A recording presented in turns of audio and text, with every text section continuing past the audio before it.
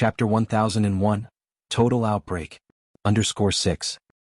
Wu Jinshu said, "What I mean is, since Yenyun will have to know about this sooner or later, we might as well tell her now. Isn't there a saying, a swift knife cuts through the mess? If Yenyun really chooses the Ni family and doesn't want us anymore, we can't stop her. After all, blood is thicker than water. No matter what choice Wu Yenyun made, Wu Jinshu would respect it." But out of selfishness, Wu Jinshu still hoped that Wu Yenyun wouldn't abandon them. "Okay," Yen Erju nodded and with a sigh said, "I'll go call Xiaoyun." Wu Yenyun now lived in a room by herself. When Yen Erju went to see her, she was revising her schoolwork. Her grades were good but not top-notch. With Ni Yang as a shining example before her, she wanted to make a push as well, to bring honor to her parents. "Xiaoyun, are you studying?" Yen Erju gently pushed the door open. "MHM." Wu Yenyun nodded. "Mom, is there something you needed from me?" Yen Erju smiled and said, "Xiaoyun, come with Mom for a moment, your dad and I have something to tell you." "Okay." Wu Yenyun put down her pen and followed Yen Erju to the master bedroom. "Yenyun is here, have a seat." Wu Jinshu patted the sofa. Sensing something off about her parents' expressions, Wu Yenyun asked, "Mom, Dad, what is it you want to talk to me about? You seem so serious?" Wu Jinshu swallowed, carefully choosing his words in his mind. "It's not such a big deal, it's just. Yenyun, your mom and I want to talk to you about your origins. I think you should know that you are not our biological child." Upon hearing this, Wu Yenyun's eyes instantly reddened. "Mom, Dad, do you not want me anymore?" Ever since she knew about her origins, Wu Yenyun's mind had become sensitive. She feared that one day her parents might suddenly not want her. Hearing this, her heart leaped to her throat. "No, not at all." Wu Jinshu quickly shook his head to deny it. "Silly child, what are you talking about? Why would your mom and dad not want you? Your parents just want to talk to you about this matter." Yen Erju added, "Xiaoyun, you were raised by me from diapers to potty training, how could I ever not want you? Don't worry, you will always be your father and mother's daughter." Wu Yenyun wiped her tears. "Then why are you bringing up this issue all of a sudden? Something felt off about it all." Yen Erju sighed and continued, "Xiaoyun, your biological mother had no choice but to abandon you, and I hope you won't hold it against them." Wu Yenyun blinked, then said, "Have they come looking?" Yen Erju nodded. Learning that her blood relatives had found her, Wu Yenyun couldn't describe what she was feeling. Her mind went blank. They didn't want her, did they? So why were they looking for her now? What kind of desperation had led them to give up their own flesh and blood? "Mom, you and Dad just ignore them." Wu Jinshu continued, "Yenyun, aren't you even a little bit curious who they are?" "I'm not curious. Besides, there wasn't anything to be curious about." Yen Erju said, "Xiaoyun, your biological mother really had her desperate reasons and I hope you can forgive them." Wu Yenyun stayed silent. Yen Erju continued, "Xiaoyun, actually Yang Yang is your sister and Yang Yang's mom is your biological mother." At these words, Wu Yenyun felt as if something in her mind exploded with a bang. She never dreamed that Ni Tsuehua was her birth mother. That Ni Yang was her biological sister. She remembered the first time she saw Ni Yang. That day, Ni Yang wore a beautiful and tidy cheongsam, like a young miss from a wealthy family stepping out of a novel, observably untouchable. At the time, she wondered how there could be someone so beautiful in the world. Not only was she beautiful, but she also had such good fortune.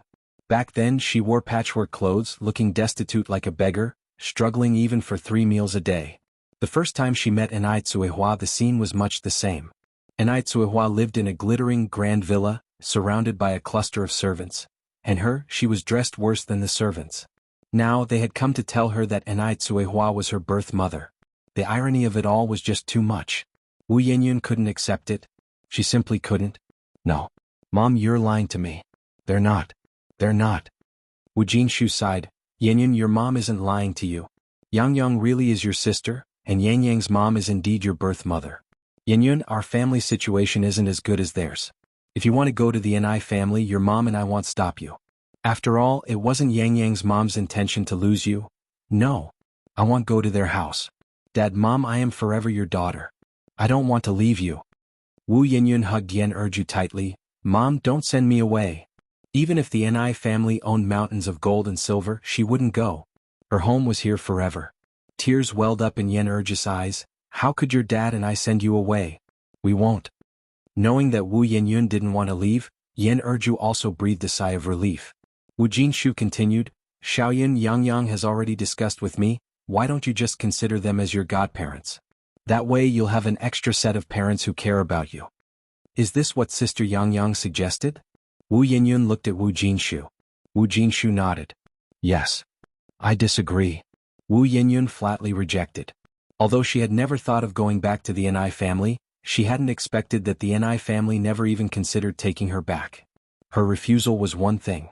Whether the Ni family acknowledged it was another. Were they afraid she would come back to claim the Ni family's inheritance? Ridiculous. She had ambition. She was determined to fight for what she wanted. Did she care about the Ni family's wealth?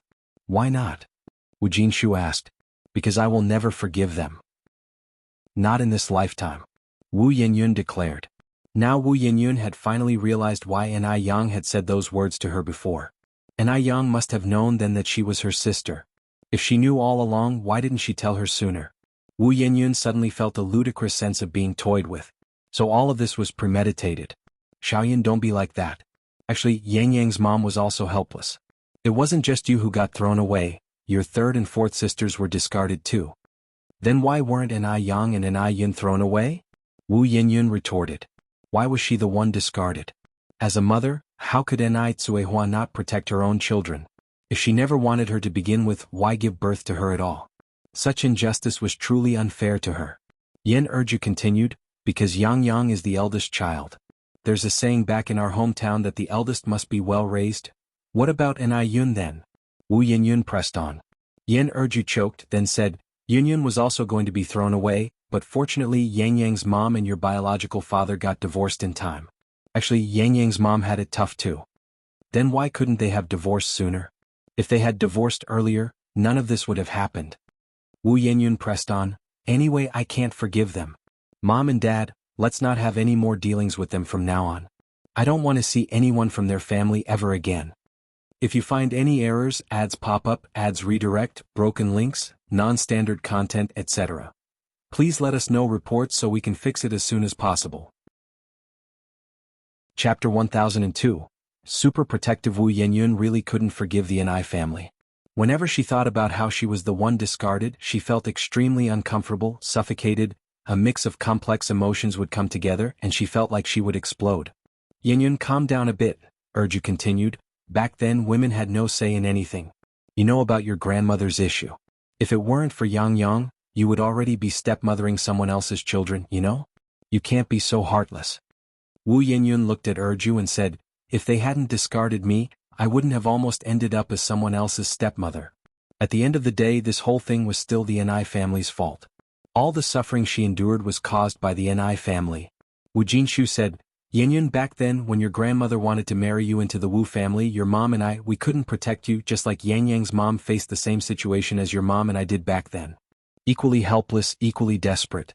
As parents, Wu Jinshu and Erju really understood Ni Tsuehua. Previously, as a bystander, Wu Yinyun, upon hearing Yang Yang reminisce about the past, could also understand Ni Tsuehua. But now Wu Yinyun wasn't a bystander, she was the one who experienced it. No one knew what she had gone through over the years.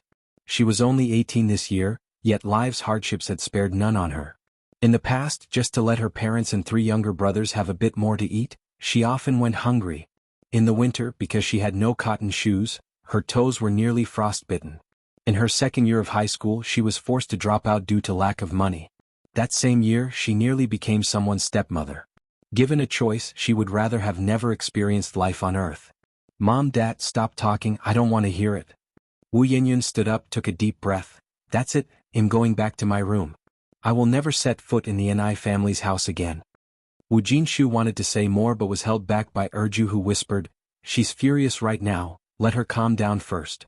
Okay, Wu Jinshu nodded. Before talking to Wu Yinyun about this matter, the couple had thought of many possible outcomes, but they had never expected this one. They hadn't anticipated that Wu Yinyun would get so angry, nor that she would start to hate the people of Ni family. What should I tell Yang Yang tomorrow? Wu Jinshu was somewhat troubled. Failing to resolve this matter, Wu Jinshu felt very guilty, especially since Yang Yang had helped their family out so much. There's no other way but to tell the truth, Erju said. We can't just force Yanyun's head down and make her acknowledge these relatives. Yanyun has been obedient all her life, it's just that she's struggling to accept this outcome right now, maybe she'll come around after a few days. This is the only option left, Wu Jinshu said helplessly. Inside the house, Wu Yenyun sat at her desk, sobbing, nearly out of breath. The air felt oppressive and suffocating. A few days earlier, when she visited the Ni family, she saw little Ni Yun being adored by the whole family, truly treated like a gem held in the palms. Little Ni Yun's food and belongings were things she had never seen in her childhood.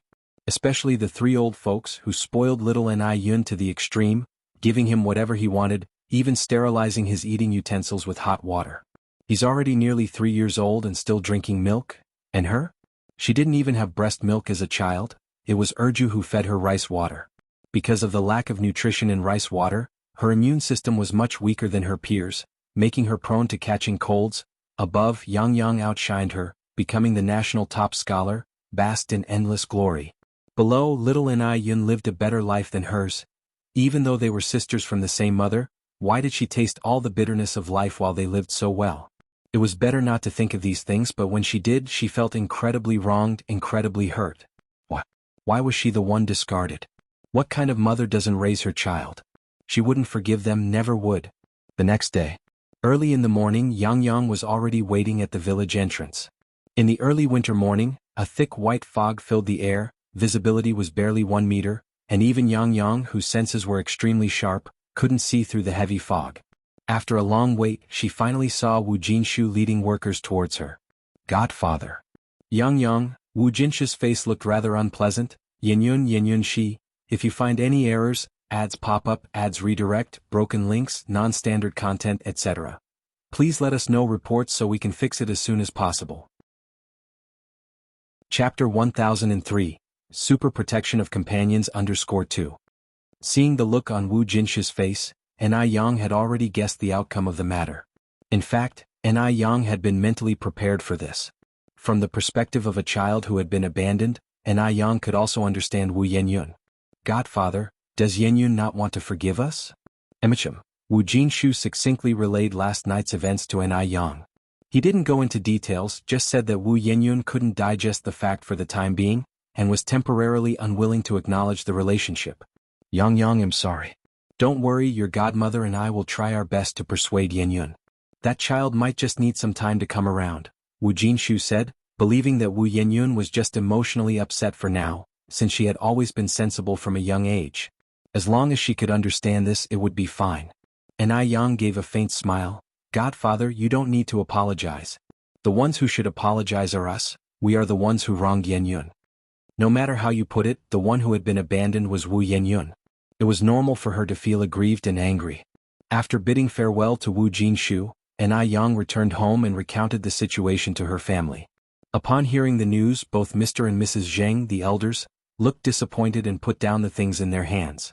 These were gifts they had prepared for Wu Yenyun, originally planning to visit the Wu family today. They hadn't expected Wu Yenyun to refuse to recognize them. Ni Tsuehua sighed deeply, guiltily saying, "It is my fault, I owe that child an apology."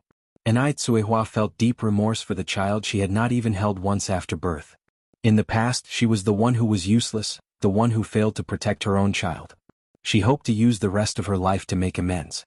That's why she had been working so hard, so insistently, to run the spicy strip factory and to make the food business bigger. Now that she had finally found her child, Ni Tsuehua did not want to easily give up. She wanted to make amends to the children with her own ability. "We will go with you," said the elderly Mr. and Mrs. Zheng. Shengguan Dehui picked up his coat.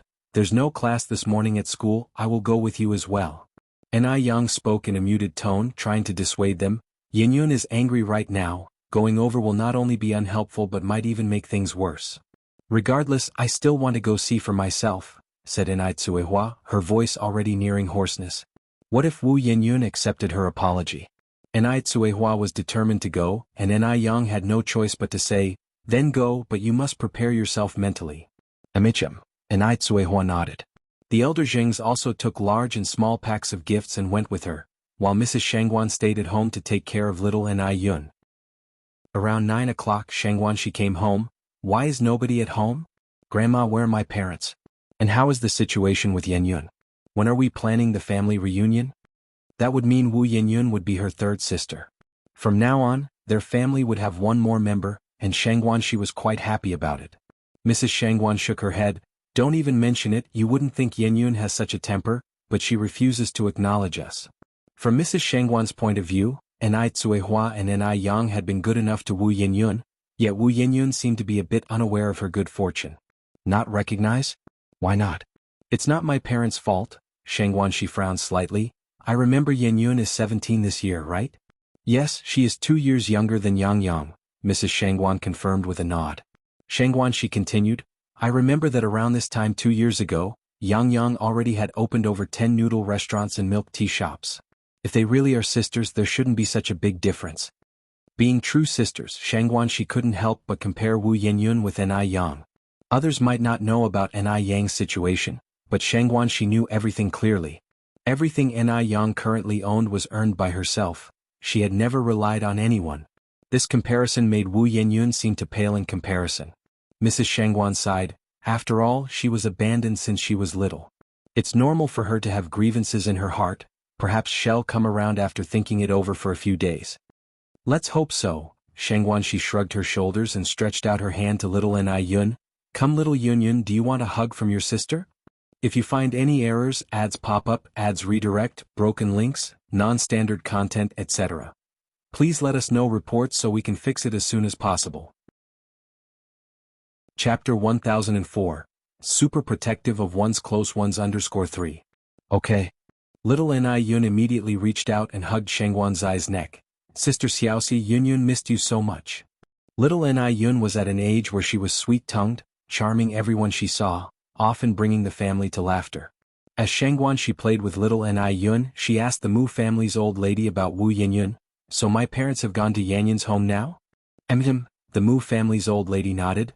Yang Yang told them not to go, but your mom couldn't wait any longer. She said she wanted to go and apologize to Yenyun in person. Did Yang Yang go as well? Shangguan, she questioned. Yang Yang didn't go. She had things to do in the city. After saying this, the Mu family's old lady continued, don't just talk about them. What about you? How are things going with Zuoling? When are you two planning to break up? The Mu family's old lady dreamt of Shangguan she breaking up with Zuoling. Grandma, what nonsense are you talking about? Zuoling and I are doing great. How could we possibly break up? With such a complex family that favors sons over daughters, you'll regret it someday if you don't break up, the Mu family's old lady declared. Hearing this, Shangguan, she smiled. Don't worry, Grandma. I have already figured out Zuoling's family situation.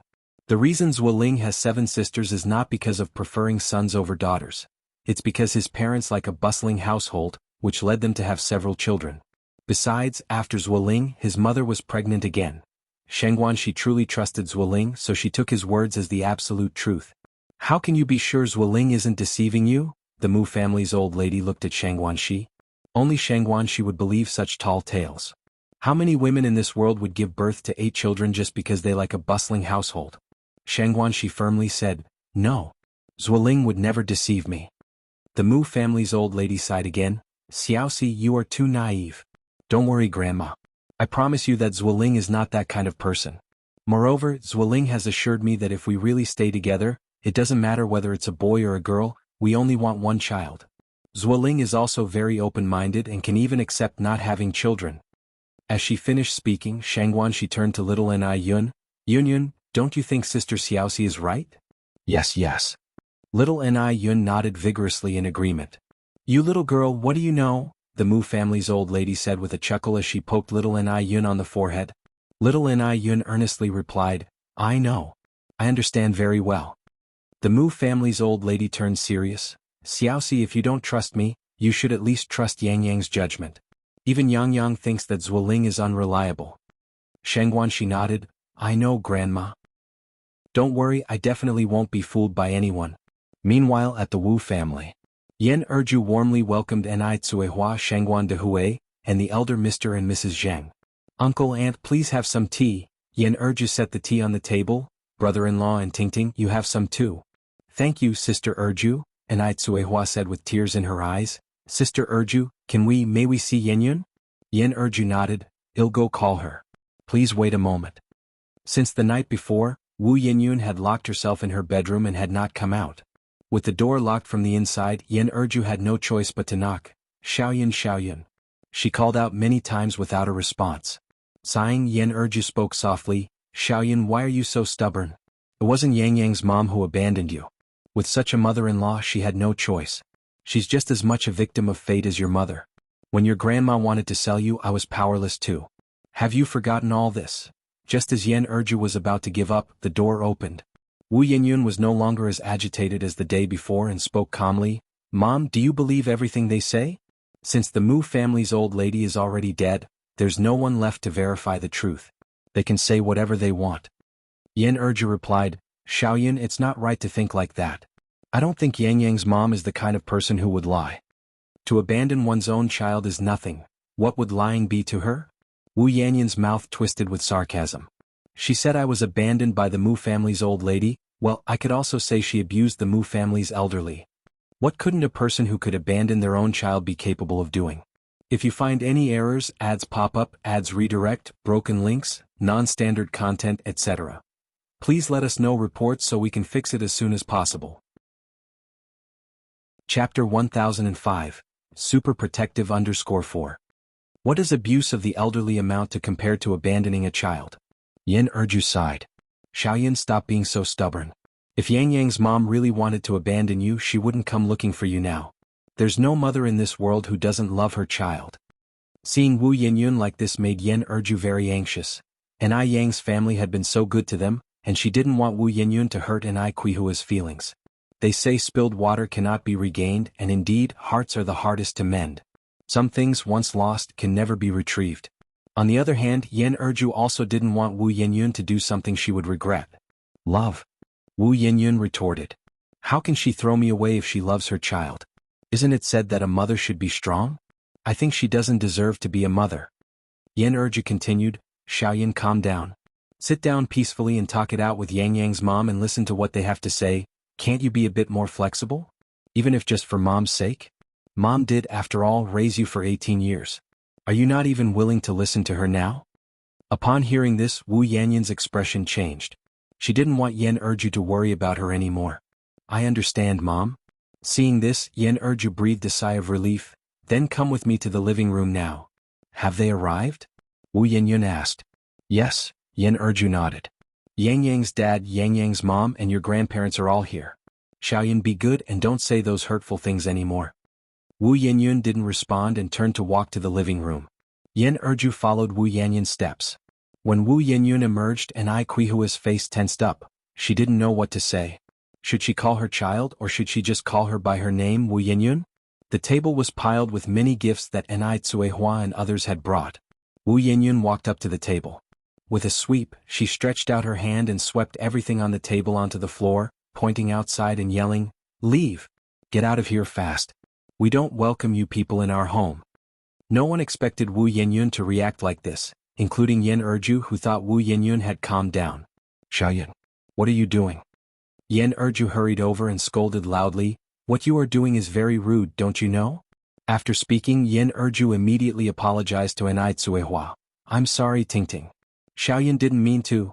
Before Ai Tsuehua could respond, Wu Yinyun picked a gift box from the floor and threw it at Ai Tsuehua. It was intentional. I did it on purpose. Take these things and get out of my house. Shengguan de Hui frowned slightly, wanting to reprimand Wu Yinyun, but considering Ai Quihua's position, he suppressed his anger. If he had any blood relation with Wu Yinyun today, he wouldn't stand idly by. Ai Tsuehua was stunned, tears streaming down. Child, I'm sorry. It's my fault, I know you hate me. But I really didn't do it on purpose, I didn't mean to abandon you. It's just that I was too incapable. Leave. Get out now.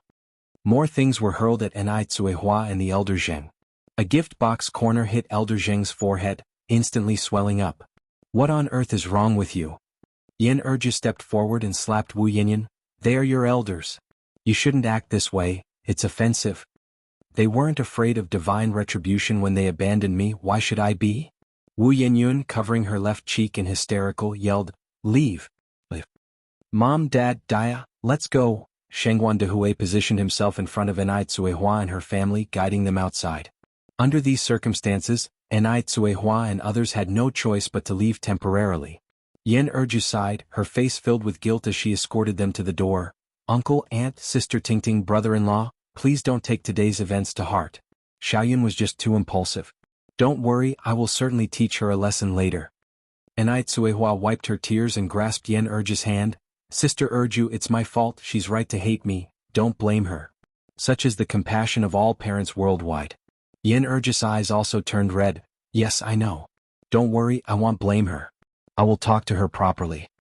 If you find any errors, ads pop up, ads redirect, broken links, non-standard content, etc. Please let us know reports so we can fix it as soon as possible. Chapter 1006, Super Protective _5. Anai Tsuehua nodded. Thank you, Sister Urju. Of course. Shengguan Dehui had known that the outcome of this visit might not be good, but he hadn't expected it to be this bad. Wu Yanyan's reaction had caught him off guard. Previously, he and Mr. Zheng and Mrs. Zheng thought the same, considering Wu Yanyun to be a gentle and honest girl. Now, it seemed that wasn't the case. Several people got into the car. The expressions of Mr. Zheng and Mrs. Zheng were somewhat grim.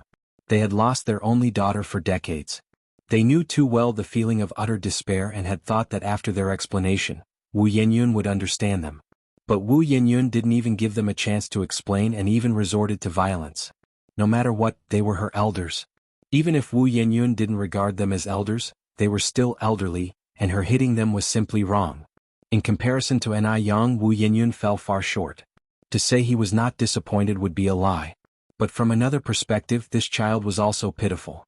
She had lost her mother at a young age and had almost died. Sigh. Hopefully the child can find her way out of this dead end soon. Anai Tsuehua then said, Dehui Dad Mom, let's not tell Yang Yang about what just happened. Knowing Anai Yang's temperament, if she found out what Wu Yanyun did, she definitely wouldn't let it go. After all, Anai Yang was a very protective person. Shengguan Dehui didn't say anything. Anai Tsuehua nudged Shengguan Dehui's arm. Dehui, did you hear me? Shengguan Dehui sighed. I know. Hearing this, Anai Tsuehua turned to look at Mr. and Mrs. Zheng in the back seat. Dad Mom, you mustn't tell Yang Yang either. Mr. Zheng and Mrs. Zheng nodded. At the Wu family house. Urju scolded Wu Yanyun severely. Xiaoyan, you really disappointed me today. How could you resort to violence? No matter what, they are your elders. Especially considering Mr. Zheng and Mrs. Zheng's age, did you even think about the consequences before throwing things? Xiaoyan. Murder doesn't even go this far, think about what you've done.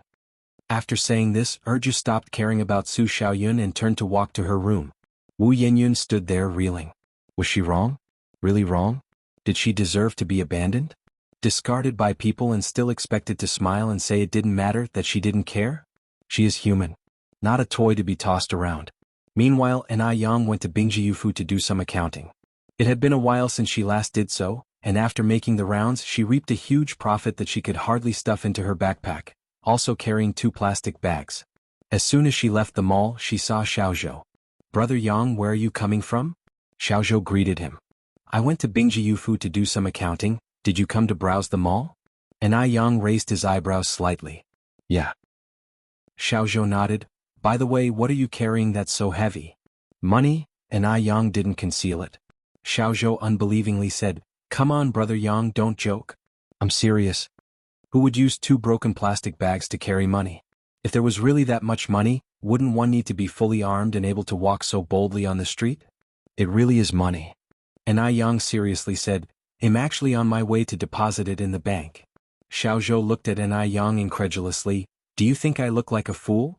Anai Yang nodded. Quite so. With that, Anai Yang handed Xiaozhou a plastic bag. If you don't believe me, see for yourself. Xiaozhou took the plastic bag. Indeed, just as he had expected. It was quite heavy. As Xiaozhou carried it, he opened a corner to look inside. His expression changed. Damn. It really was money.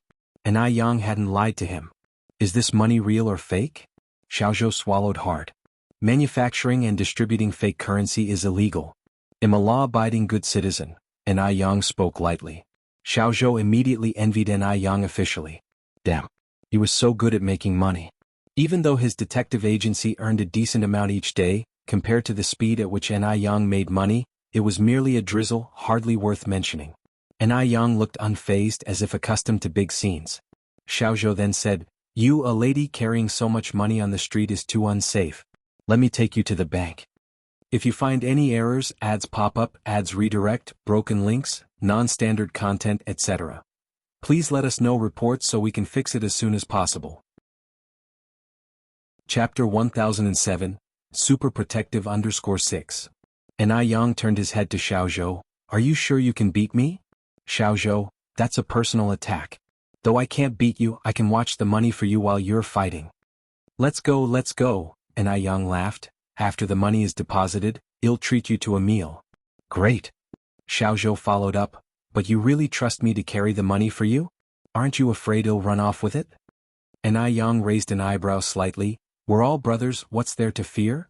The phrase we're all brothers inexplicably made Xiaozhou very happy. Being trusted by someone felt really good. Big brother Yang, now that you've made so much money, remember to treat me to a big meal. I want to go to Gustianxiang to eat. With a casual wave of his hand, An Yang said generously, Sure, no problem. Do you have a membership card? Asked Xiaozhou. Yeah, An Yang nodded. I not only have a membership card but I can also give you one. Really? Xiaozhou was so thrilled he could almost fly. Big brother Yang was true to his name. His connections were too wild. He could even get a membership card to Gustianxiang. The bank staff had already grown accustomed to the sight of An Yang using plastic bags to carry money. Thus, whenever Sheng Guansu arrived at the bank, the staff would immediately say, President, your sister has deposited 2 plastic bags and a backpack full of money today. Sheng Guansu also greatly admired An Yang. She seemed like a fragile young girl incapable of harming a chicken, but her ability to make money was stronger than 10 strong men combined. An Yang took Xiaozhou to Gustianxiang to eat. After eating and returning home, it was already afternoon. An Yang asked about the result of An Kuihua's visit to the Wu family today. An Tsuehua said, Your second younger sister still holds a grudge and isn't ready to forgive us, but I don't blame her. She's never had a sip of milk since she was a child. If it hadn't been for Sister Erju, she might be dead by now. An Yang hugged An Tsuehua and comforted her. Mom, don't be sad.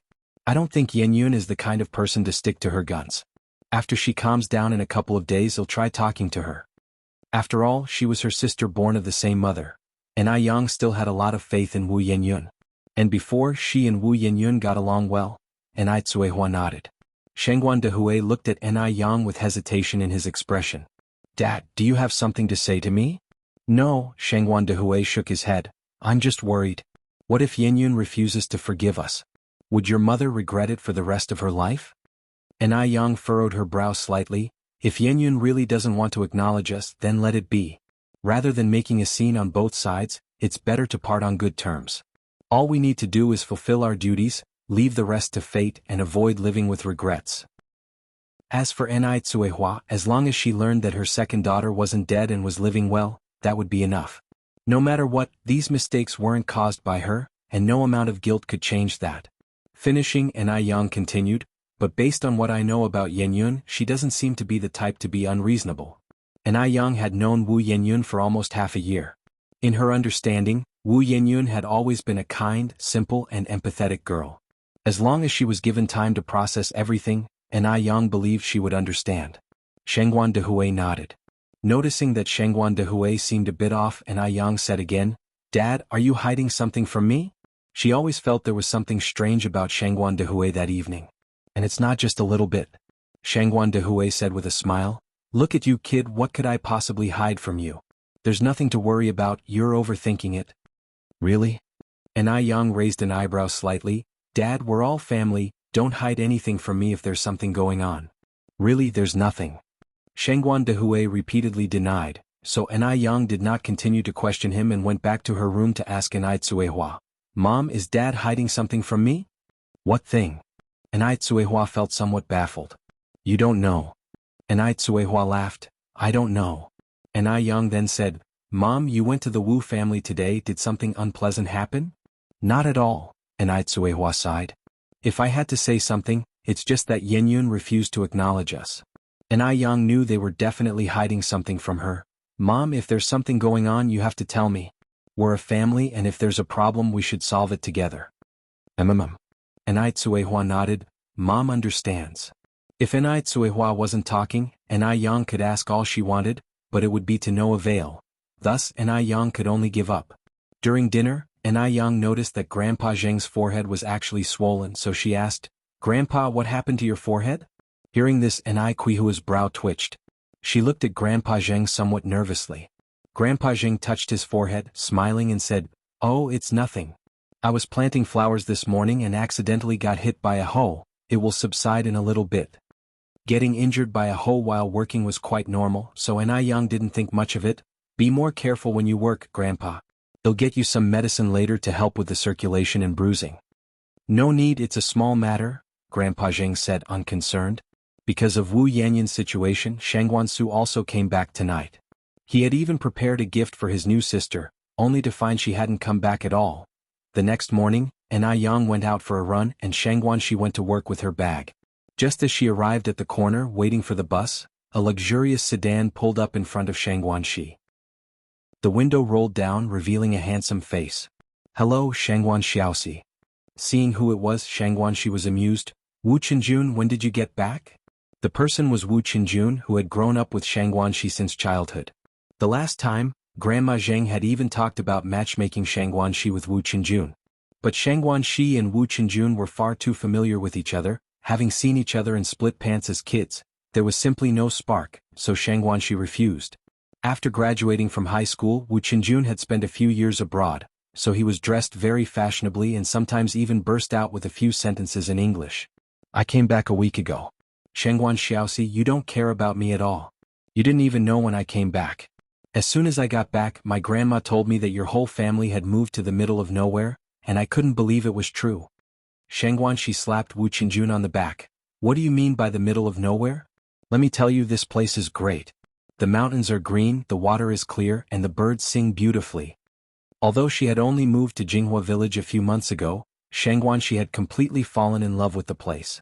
Wu Qinjun brushed off Shang Guanxi's hand. "Where are you heading? Let me give you a lift? If you find any errors, ads pop up, ads redirect, broken links, non-standard content, etc. Please let us know reports so we can fix it as soon as possible." Chapter 1008. Eyesight is poor. Shang Guanxi pulled open the car door without any courtesy. "I have to go to work, just on Goldie Road." "Got it." Wu Qinjun sat up straight. "Fasten your seatbelt." Shang Guanxi quickly buckled up. "Let's go." Wu Qinjun turned his head to look at Shang Guanxi. "I heard from my grandma that you've got a boyfriend?" "Yes," Shang Guanxi nodded. "And you're not getting any younger. Haven't you thought about finding a girlfriend?" Wu Qinjun laughed with self-admiration. "Someone as outstanding as me is simply too much for the average girl." "Heh," Shang Guanxi said speechlessly.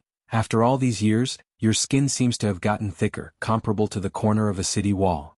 "I'm serious." Wu Qinjun added. "Shang Guanxiaoxi, I hear your family isn't too happy with your boyfriend? You know about that?" Shang Guanxi was surprised.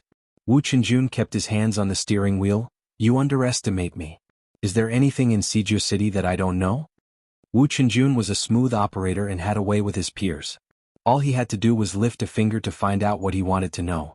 Starting to boast again, Shang Guanxi continued, "Actually, my boyfriend is really nice, but my family has some misunderstandings about him."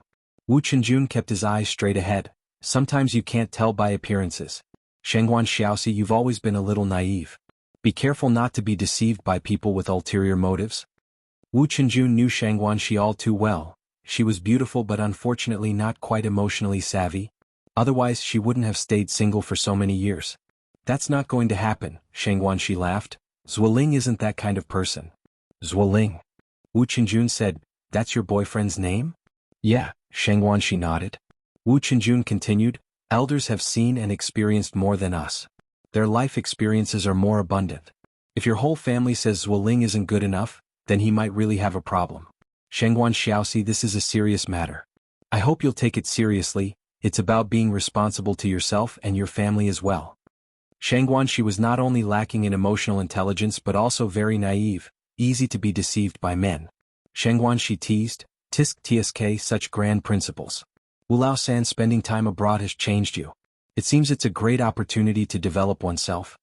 The old Wu Qinjun used to be irresponsible, never this serious. "Call me third brother. Show some respect." Wu Qinjun tapped Shang Guanxi's head and said with seriousness, "Shang Guanxiaoxi, if Zuoling ever dares to bully you, tell me and he'll beat him up for you." Shang Guanxi looked down, fiddling with the zipper of her down jacket. "Don't worry, that day will never come. Zuoling was a gentleman. He would never do something like mistreating a woman." It seemed that Shang Guanxi was truly in love with that Zueling. Wu Qinjun sighed softly, changing the subject. How is your stepmother treating you? What stepmother? That sounds so harsh. My mom treats me better than her own daughter. Shang Guanxi said. Really? Wu Qinjun expressed skepticism. Shang Guanxi nodded. Really, my mom is really good to me. Otherwise, do you think I would have come here with my dad? I'm not a 3-year-old girl. That's good to hear. Wu Qinjun breathed a sigh of relief. Soon the car arrived at Goldie Road. Wu Qinjun, with gentlemanly grace, went around to the passenger side to open the door for Shang Guanxi. Thanks, Wu Lao-san. Yo, Shang Guanxiaosi, when did you become so polite? Wu Qinjun habitually fastened her scarf. Wu Lao-san, haven't you heard of not getting too close to the opposite gender? Shang Guanxi took a step back. Wu Qinjun's expression stiffened for a few seconds, then returned to normal, smiling. Shang Guanxiaosi, look at yourself, where do you even look like a woman? Still talking about not getting close to the opposite gender. After he finished speaking, he stepped over, hooked his arm around Shang Guanxi's neck, and patted her head. Talking about not getting close to the opposite gender, we knew each other back when we were still wearing split pants. Don't give me that nonsense. Shang Guanxi, being a girl, didn't have the strength to match Wu Qinjun. Wrapped tightly in his hold, she couldn't move an inch. If you find any errors, ads pop up, ads redirect, broken links, non-standard content, etc. Please let us know reports so we can fix it as soon as possible.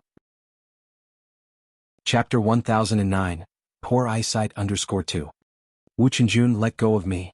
You're practically choking me to death.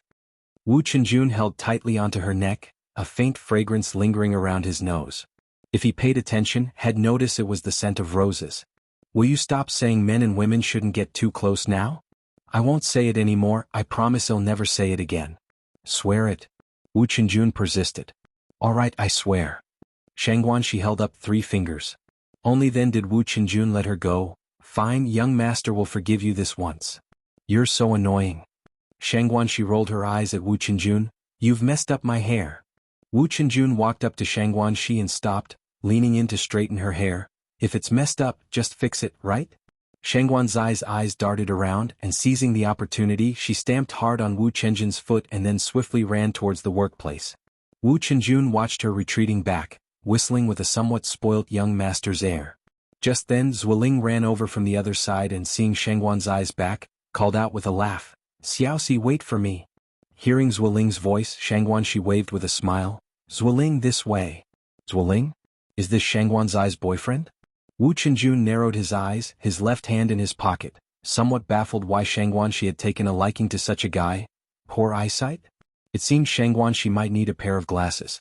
Wu Qinjun, slightly irritated, took out a pack of cigarettes from his pocket. At that moment, Zueling glanced back at Wu Qinjun. Xiaoxi, you know that comrade? Shang Guanxi looked back at Wu Qinjun and nodded. He's a friend who grew up with me. Zueling expressed his surprise. I saw him driving a car. If Shang Guanxi's friend was this wealthy, did it mean Shang Guanxi's family was also wealthy? Was everything he had seen at Shang Guanxi's house last time real? Shang Guanxi smiled and said, he won the jackpot in the lottery before and now he's already living in a villa. Really? Can you actually win the lottery? In the 80s, lotteries had just started and most people didn't believe you could actually win. It's true. Shang Guanxi nodded her head. Besides winning the lottery, she had no better reason. How much did he win? Zueling continued to ask. It must be quite a lot, Shang Guanxi said. He's living in a villa, at any rate he's certainly richer than us. Making money from buying lottery tickets, his luck is too good. Zueling looked enviously at Wu Qinjun as he drove away. When could he also live in a villa and drive a car? Based on his current salary, that seemed a bit difficult. Our life is so unfair. Some people work hard and still have no car or villa, while others do nothing and drive off in cars. Maybe after work he should also buy a lottery ticket? Let's not talk about this, we should hurry inside. Oh, did you have breakfast? Zueling, his mind on the lottery, didn't even hear Shang Guanxi's words and responded absently, got it. What do you mean got it? Shang Guanxi said exasperatedly. I'm asking if you had breakfast? If not, shall I accompany you to the canteen? Oh. Zueling finally caught on. I've eaten. I'm heading back to the office. In fact, Zueling hadn't had breakfast at all. Now with thoughts of buying a lottery ticket, how could he even think of eating? Shang Guanxi also headed in the direction of the workshop.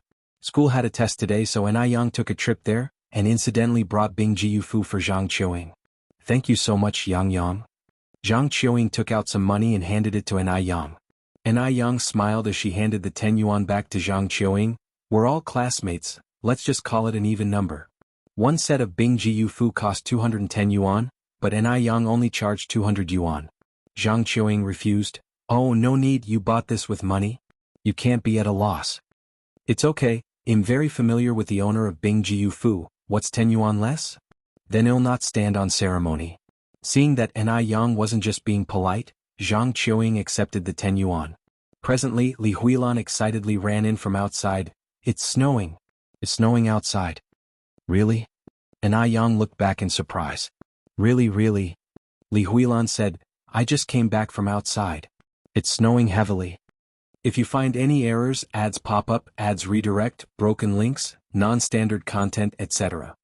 Please let us know reports so we can fix it as soon as possible.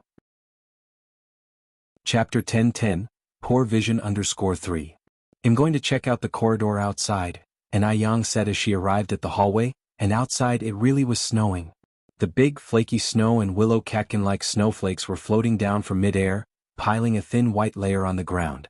The snowy weather always seemed to put everyone in a wonderful mood. Yang turned to look back at the dormitory. Huilan Qiuing, let's go out for hot pot tonight? Ill treat.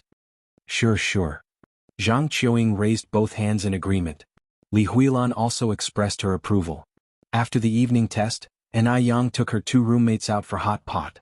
As the 3 of them stepped out of the school gate, they saw a black sedan parked outside. In those times, when sedans were not as common as in the future, they stood out significantly.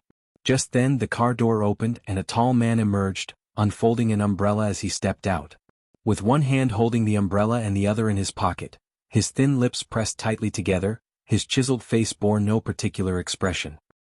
He seemed to embody the snow and wind, and the aura of aloofness and prestige emanated from his every move. Against his backdrop, the snowy scenery and people behind him became lifeless props. Li Huilan and Zhang Qiuing were both stunned. He was incredibly handsome. Brother Mo, Yang's eyes lit up at the sight of the newcomer. Yang, Mo Qishan strode toward her. Seeing this, Li Huilan and Zhang Qiuing exchanged glances, both seeing the confusion in each other's eyes. Aren't you cold? Mo Qishan casually pulled Yang's hand into the pocket of his trench coat. Not cold, Yang shook her head. Oh, let me introduce you, Brother Mo. These are my roommates Zhang Qiuing and Li Huilan. With that said, Yang continued, Huilan Qiuing, this is my boyfriend Mo Qishan. So he's her boyfriend. No wonder he's so handsome. And they're such a perfect match. Hello, I'm Zhang Qiuing. I am Li Huilan. Mo Qishan nodded slightly. Hello, I appreciate how you've taken care of Yang these past days. At this, Zhang Qiuing and Li Huilan felt a bit embarrassed. It wasn't that they took care of Yang, but rather she took care of them. Yang's boyfriend sure knew how to speak well. After a moment, Mo Qishan looked at Yang. Where were you all heading? Let me give you a lift. We were thinking of going out for hot pot, Yang nodded. Get in the car then. Mo Qishan turned and opened the door. Yang sat in the passenger seat while Li Huilan and Zhang Qiuing took the rear.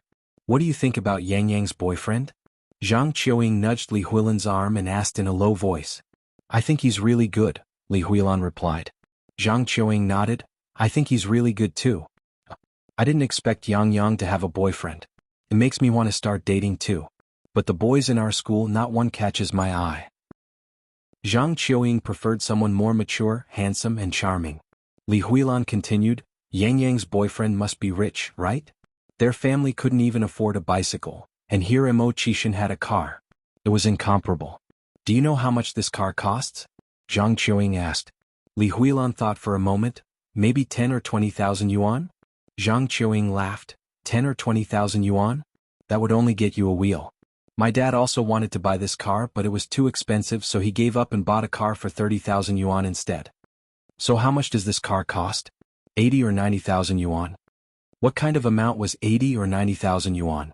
Based on current wages, you couldn't save that amount even if you didn't spend a cent for 70 or 80 years. 80 or 90,000 yuan would get you 4 wheels, said Zhang Qiuing. What? Li Huilan's mouth fell open, clearly hampered by her poverty. Zhang Qiuing went on, This car is imported from Y country and it costs 270,000 yuan after taxes. 270,000 yuan. Li Huilan's face was full of shock, and her look towards Ni Yang and Mo Qixin changed completely. Zhang Qiuying thought her family was well off. After all, they owned a sedan. But in front of Mo Qixin, their wealth was insignificant, not even worth mentioning compared to his. Beijing truly was Beijing City, rightly the imperial city of old? So what do you think he does? Li Huilan asked curiously. Zhang Qiuying replied, judging by his accent he must be a local from Beijing. As for what he does, I'm not sure, but one thing is clear. What? If you find any errors, ads pop up, ads redirect, broken links, non-standard content, etc., please let us know reports so we can fix it as soon as possible. Chapter 10-11, Poor Vision _4. Definitely an office worker, you can tell by the way he dresses. Li Huilan nodded, I think you're absolutely right. Qiuying continued, when I first came to Beijing for school, my mom told me it's best to find a boyfriend from Beijing because they are well off. Huilan, if you're looking for a boyfriend, you definitely have to find someone from Beijing. Upon hearing this, Li Huilan bashfully lowered her head. I already have someone I like. Who? Qiuying curiously asked. Someone from our school? Li Huilan shook her head. No, he's from the university next door in Beijing. Oh, Qiuying nodded. Have you confessed your feelings to him yet? Li Huilan blushed. Oh my, let's not talk about that. The car was fast and they soon arrived at the Hot Pot restaurant.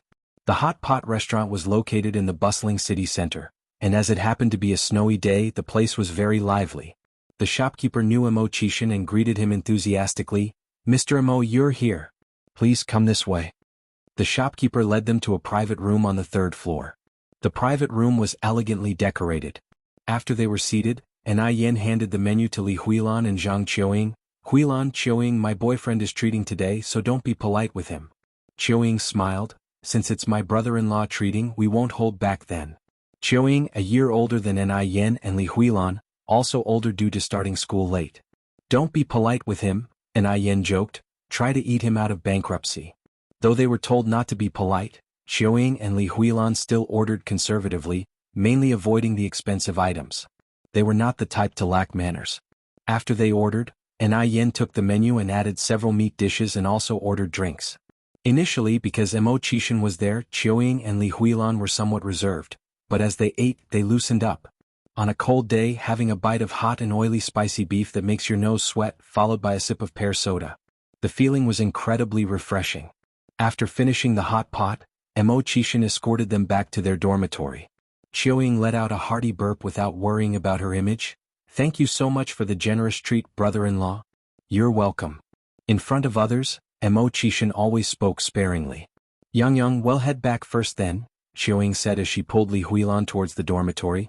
Ni Yen was not staying in the dormitory that night, so she got into the car with Mo Qixin. Yang, do you have an exam tomorrow?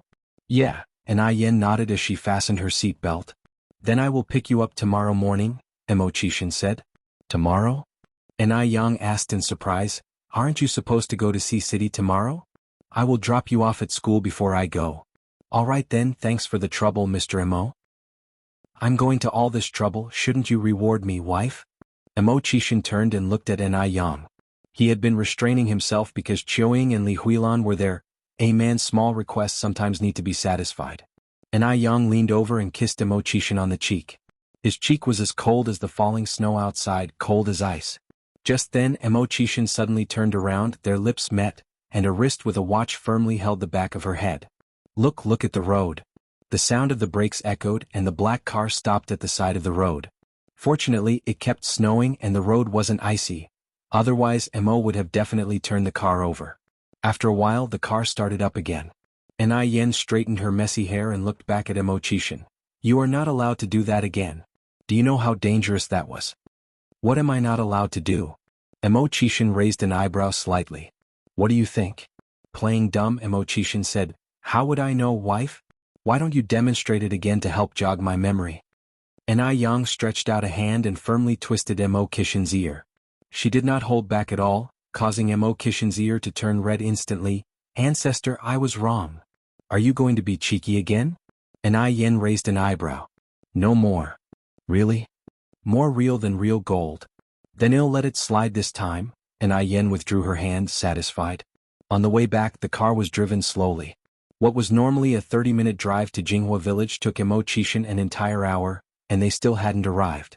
If you find any errors, ads pop up, ads redirect, broken links, non-standard content, etc., please let us know reports so we can fix it as soon as possible. Chapter 10-12, Poor Vision _5. But Ai Yang wasn't in a hurry. There were no electronic devices to pass the time in this era, and going back too early wouldn't matter anyway. Plus, sitting in the car and looking at the snow outside felt particularly romantic. By the way, Yang, have we recognized our second sister? Mo Qixin asked. Not yet, and Ai Yang shook her head and continued. The day before yesterday my parents and both grandparents went to the Wu family's place, but Yenyun is very resistant to this matter. She's unwilling to acknowledge us. I plan to find a time to talk with her. Mo Qixin kept his gaze fixed ahead, as if the result didn't surprise him. If we really can't recognize her, then let's not, Mo Qixin went on. Some people just like to exaggerate everything. They never understand what contentment means. And Ai Yang, as the elder sister, had already done enough. She didn't owe Wu Yenyun anything. More importantly, Mo Qixin didn't have a very high opinion of Wu Yenyun. Although she and Ai Yang were sisters, there was no comparability between them. And Ai Yang said, Yenyun just can't accept the reality for the time being. She probably won't blow things out of proportion. Mo Qixin turned his eyes to Ai Yang. As an abandoned infant, it's natural for Wu Yenyun to harbor hatred. After all, she was the one who got thrown away. We don't know what she's been through over the years. But she shouldn't be unreasonable and cling to the issue after understanding the whole story. After all, in this matter, Ai Tsuehua was also a victim. In that environment, Ai Tsuehua had no way to resist. Moreover, throughout this period Ai Yang had been very good to the Wu family. She rented out her own house for the Wu family to live in, lent money to Wu family's parents to start a business. Without Ai Yang, would the Wu family have their current situation? Wu Yenyun? Wu Yenyun was completely brainless. Ai Yang sighed. Mo Qixin continued, did she show a bad attitude to your grandparents the day before yesterday? I'm not very clear about that, Ai Yang followed up, but I don't think so. After all, the grandparents have nothing to do with this matter. Their willingness to visit shows that they care about her. Yenyun isn't the type to act thoughtlessly. It was understandable for Wu Yenyun to hate Ai Tsuehua. After all, Ai Tsuehua was her birth mother. However, if she also hated grandfather Zheng and grandmother Zheng, she would be completely unjustified. After all, grandfather Zheng and grandmother Zheng had only just found their birth daughter, and the hurt they suffered was no less than that of Wu Yenyun. Wu Yenyun was aware of that part of the past, so Ai Yang believed that Yenyun wouldn't vent her anger on the elderly couple. Mo Qixin went on, I think the possibility is very high. Ai Yang raised her eyebrows slightly. Mo Qixin spoke softly with his thin lips, maybe it's a case of as the heart is, so is the countenance. Actually, I find Wu Yenyun a bit disagreeable. Wu Yenyun had a toughness about her that Ai Yang lacked. Hey, Ai Yang patted Mo Qixin's shoulder, that's my second sister you're talking about. Mo Qixin touched his chin, Yang, I think you should prepare yourself mentally in advance. This second sister may let you down. What nonsense. Ai Yang twisted Mo Qixin's ear, Yenyun isn't like that at all. Mo Qixin immediately begged for mercy, all right. I won't say it. We'll just stop. Before long, the car stopped at the entrance of the Ai family's courtyard. Mo Qixin opened the car door, holding up an umbrella, Yang, we have arrived. Ai Yang leaned out to get off the car. Mo Qixin handed the umbrella to Ai Yang, you should go inside quickly, it's late, I won't come in. Ai Yang nodded, Mo Gu, then you be careful driving back. I know it's really cold outside, you should go inside quickly. Mo Qixin waved his hand. Ai Yang stood there without moving, he'll watch you drive off before I go in. In the past it was always Mo Qixin watching her, now it was her turn to watch him.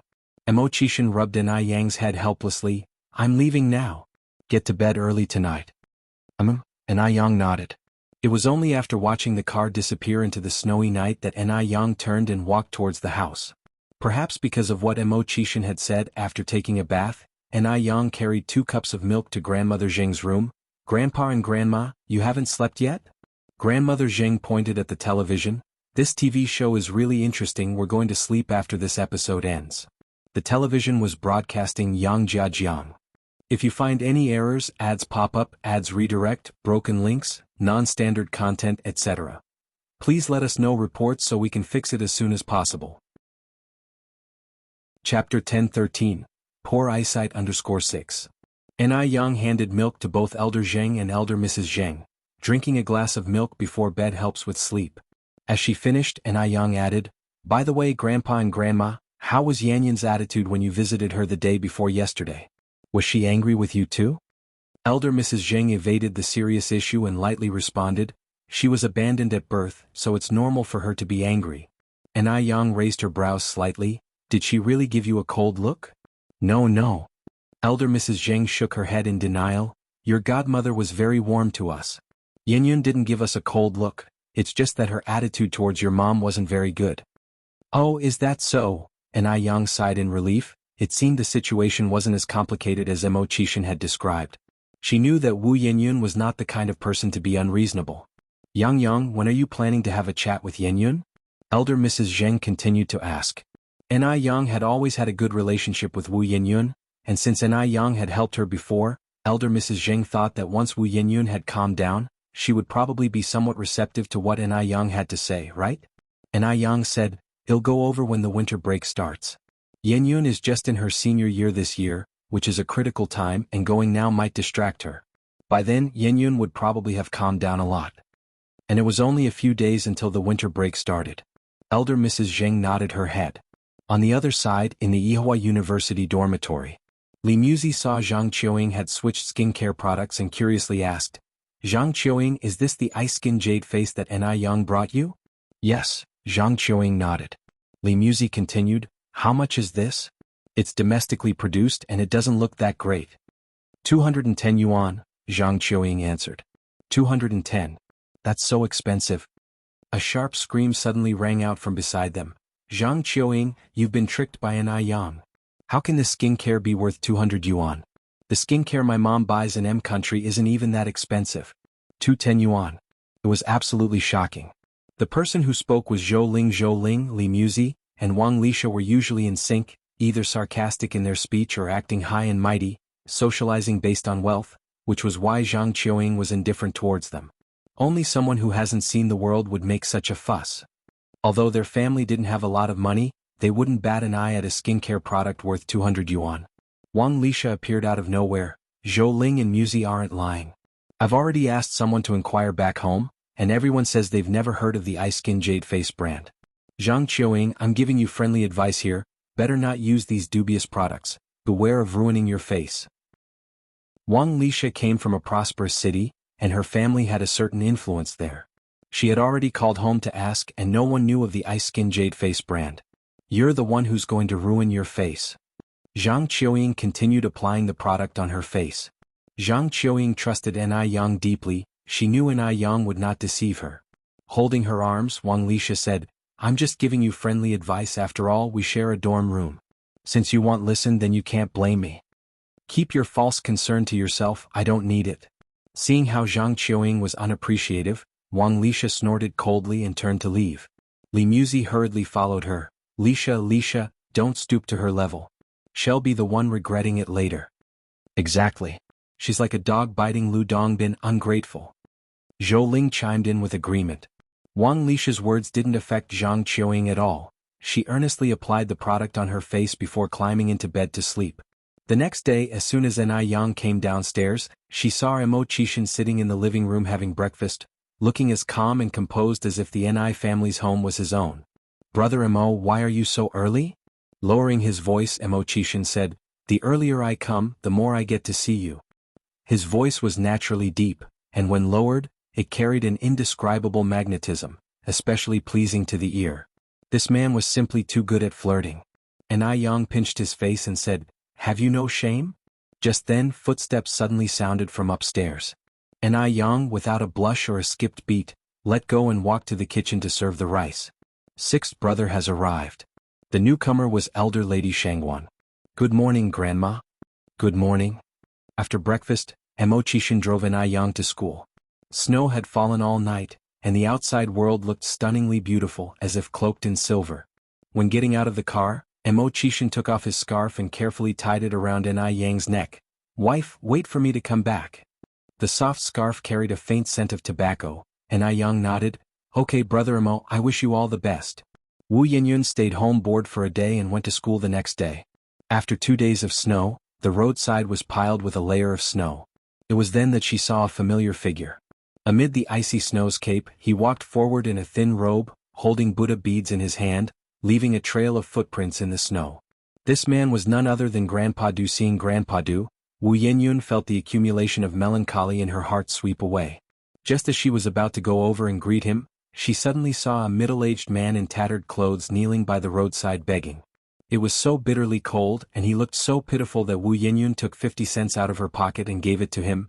Uncle, go buy a bowl of noodles.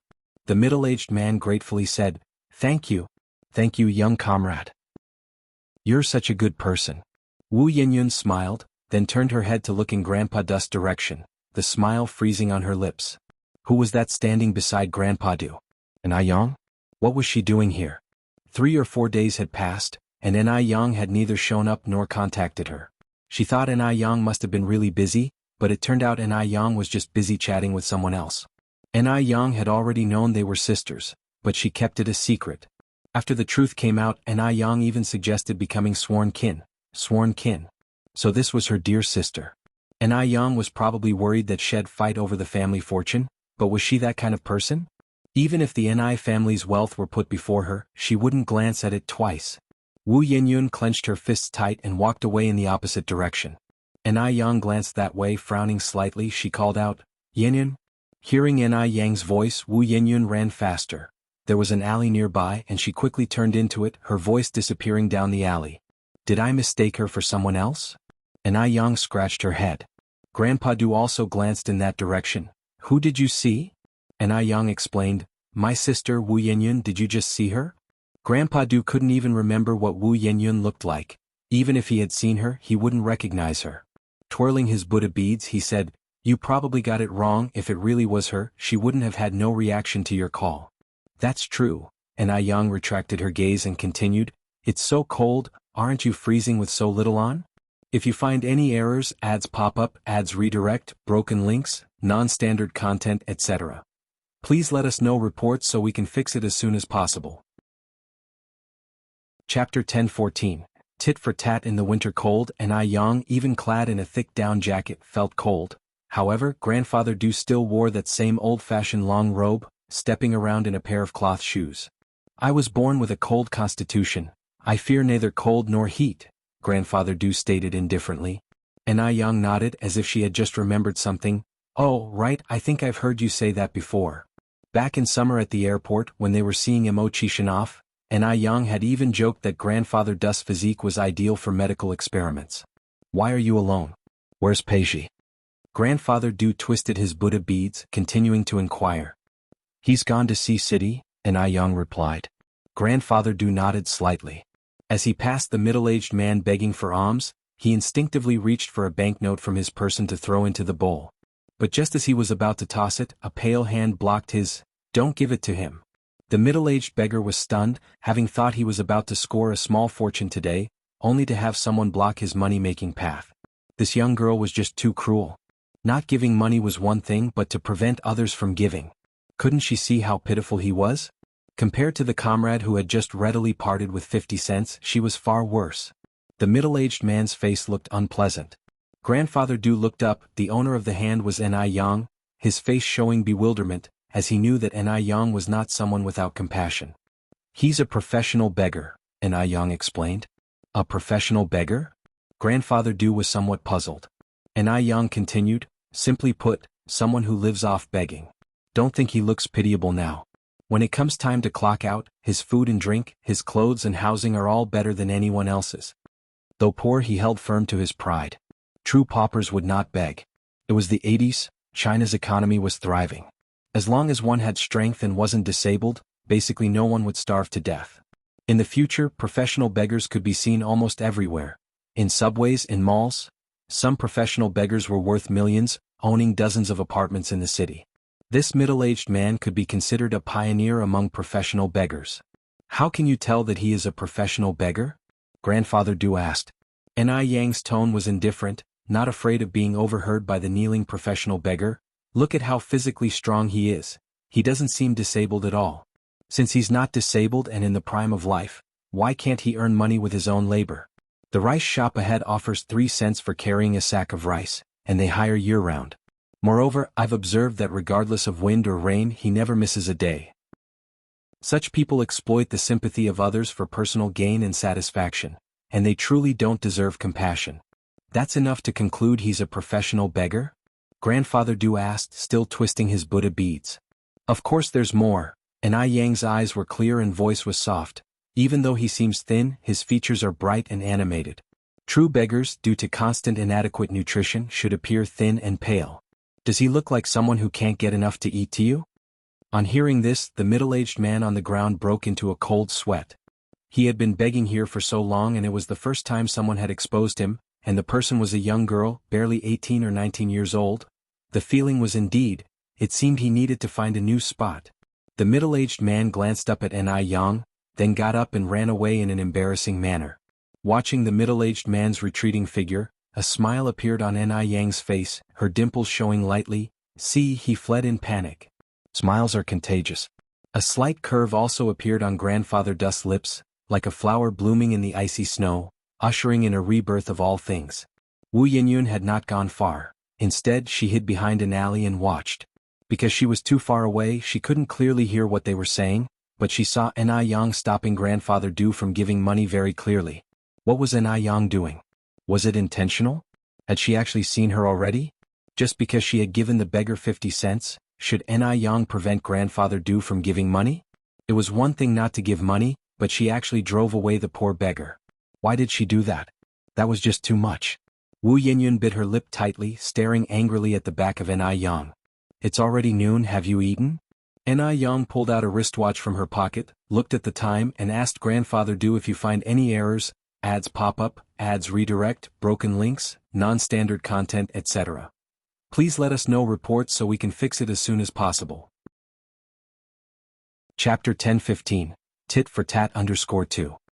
No, Grandpa Du shook his head. With the idea of caring for the elderly who live alone in mind, and recalling M.O. Kishin's advice, Yang continued, then let's go have dinner together, I haven't eaten either. Okay.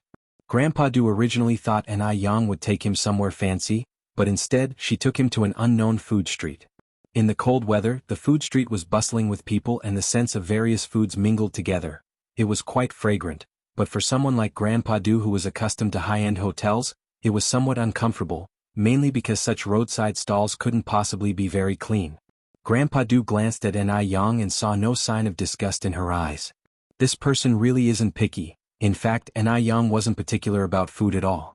She could be seen in high-end Western restaurants elegantly eating steak or sitting at a roadside stall eating spicy hot soup without any care for her image. As long as it tastes good, what's the fuss about? If you're always worried about this and that in life, what's the fun in that? Sit down. Yang led Grandpa Du to a wonton stall and sat down. Don't be fooled by the simplicity of this stall, it's actually quite tasty. Technology is advancing and the times are progressing. In the past, wontons were only available in Guangguan, but now, as more people start businesses, Beijing's delicacies have also increased. Grandpa Du leaned forward and sat opposite Yang, placing the Buddha beads on the table and taking out a handkerchief from his pocket, meticulously wiping the bowls and chopsticks. Yang raised her eyebrows slightly. This person is quite particular. Eating at a roadside stall and still worrying about hygiene? Boss, give me a bowl of chicken soup wontons. As she spoke, Yang looked at Grandpa Du. What would you like? They have rice noodle rolls here as well. The same as you. Grandpa Du glanced down. Okay. Yang nodded and told the shopkeeper, then we'll have 2 portions of chicken soup wontons, and also 1 spicy duck head and 1 gizzard, that's all. Alright, just a moment. Soon, the wontons and braised duck head were served. Yang grabbed a duck head immediately. Starting, don't be shy. First, she took a bite of the spicy duck head, letting the spicy and fresh taste fill her mouth, then followed it with a sip of delicious chicken soup. It was incredibly satisfying. Seeing Yang's satisfied expression, Grandpa Du also picked up a duck head and took a bite. Although the taste wasn't as exquisite as that of the fancy places, it wasn't as bad as he had imagined. Try the gizzard too, it's also pretty good. and Ai Yang finished a duck head and shifted her attention to the gizzards. They gradually felt warm while eating, and Ai Yang took off her scarf and looked at Grandpa Du, whose forehead had no trace of sweat, envying his physique. After finishing their meal and leaving the food street, and Ai Yang said, "How was it? The taste of the roadside stall isn't bad, right?" "Much better than I imagined," Grandpa Du fiddled with his Buddha beads. "Is this your first time eating at a roadside stall?" And Ai Yang was somewhat surprised. Grandpa Du gave a slight nod. And Ai Yang raised her eyebrows slightly. "Then you really are out of touch." "Out of touch? Is that used to describe men?" Grandpa Du smiled. "You have a way with compliments."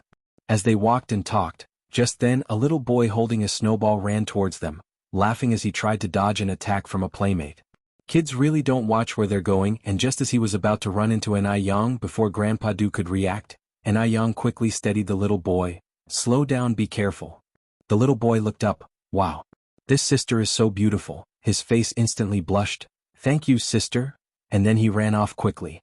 Watching the little boy's retreating figure, an Ai Yang smiled and said, "Kids are great, carefree." Grandpa Du nodded slightly, then asked, "If you had the chance, would you want to go back to being 5 or 6 years old?" "My childhood wasn't carefree," and Ai Yang smiled with a twinkle in her eye. "A poor family's child has to mature early. She had to help with chores at the age of 5 or 6, and if she didn't do them well, she'd get beaten. There was no such thing as a carefree childhood.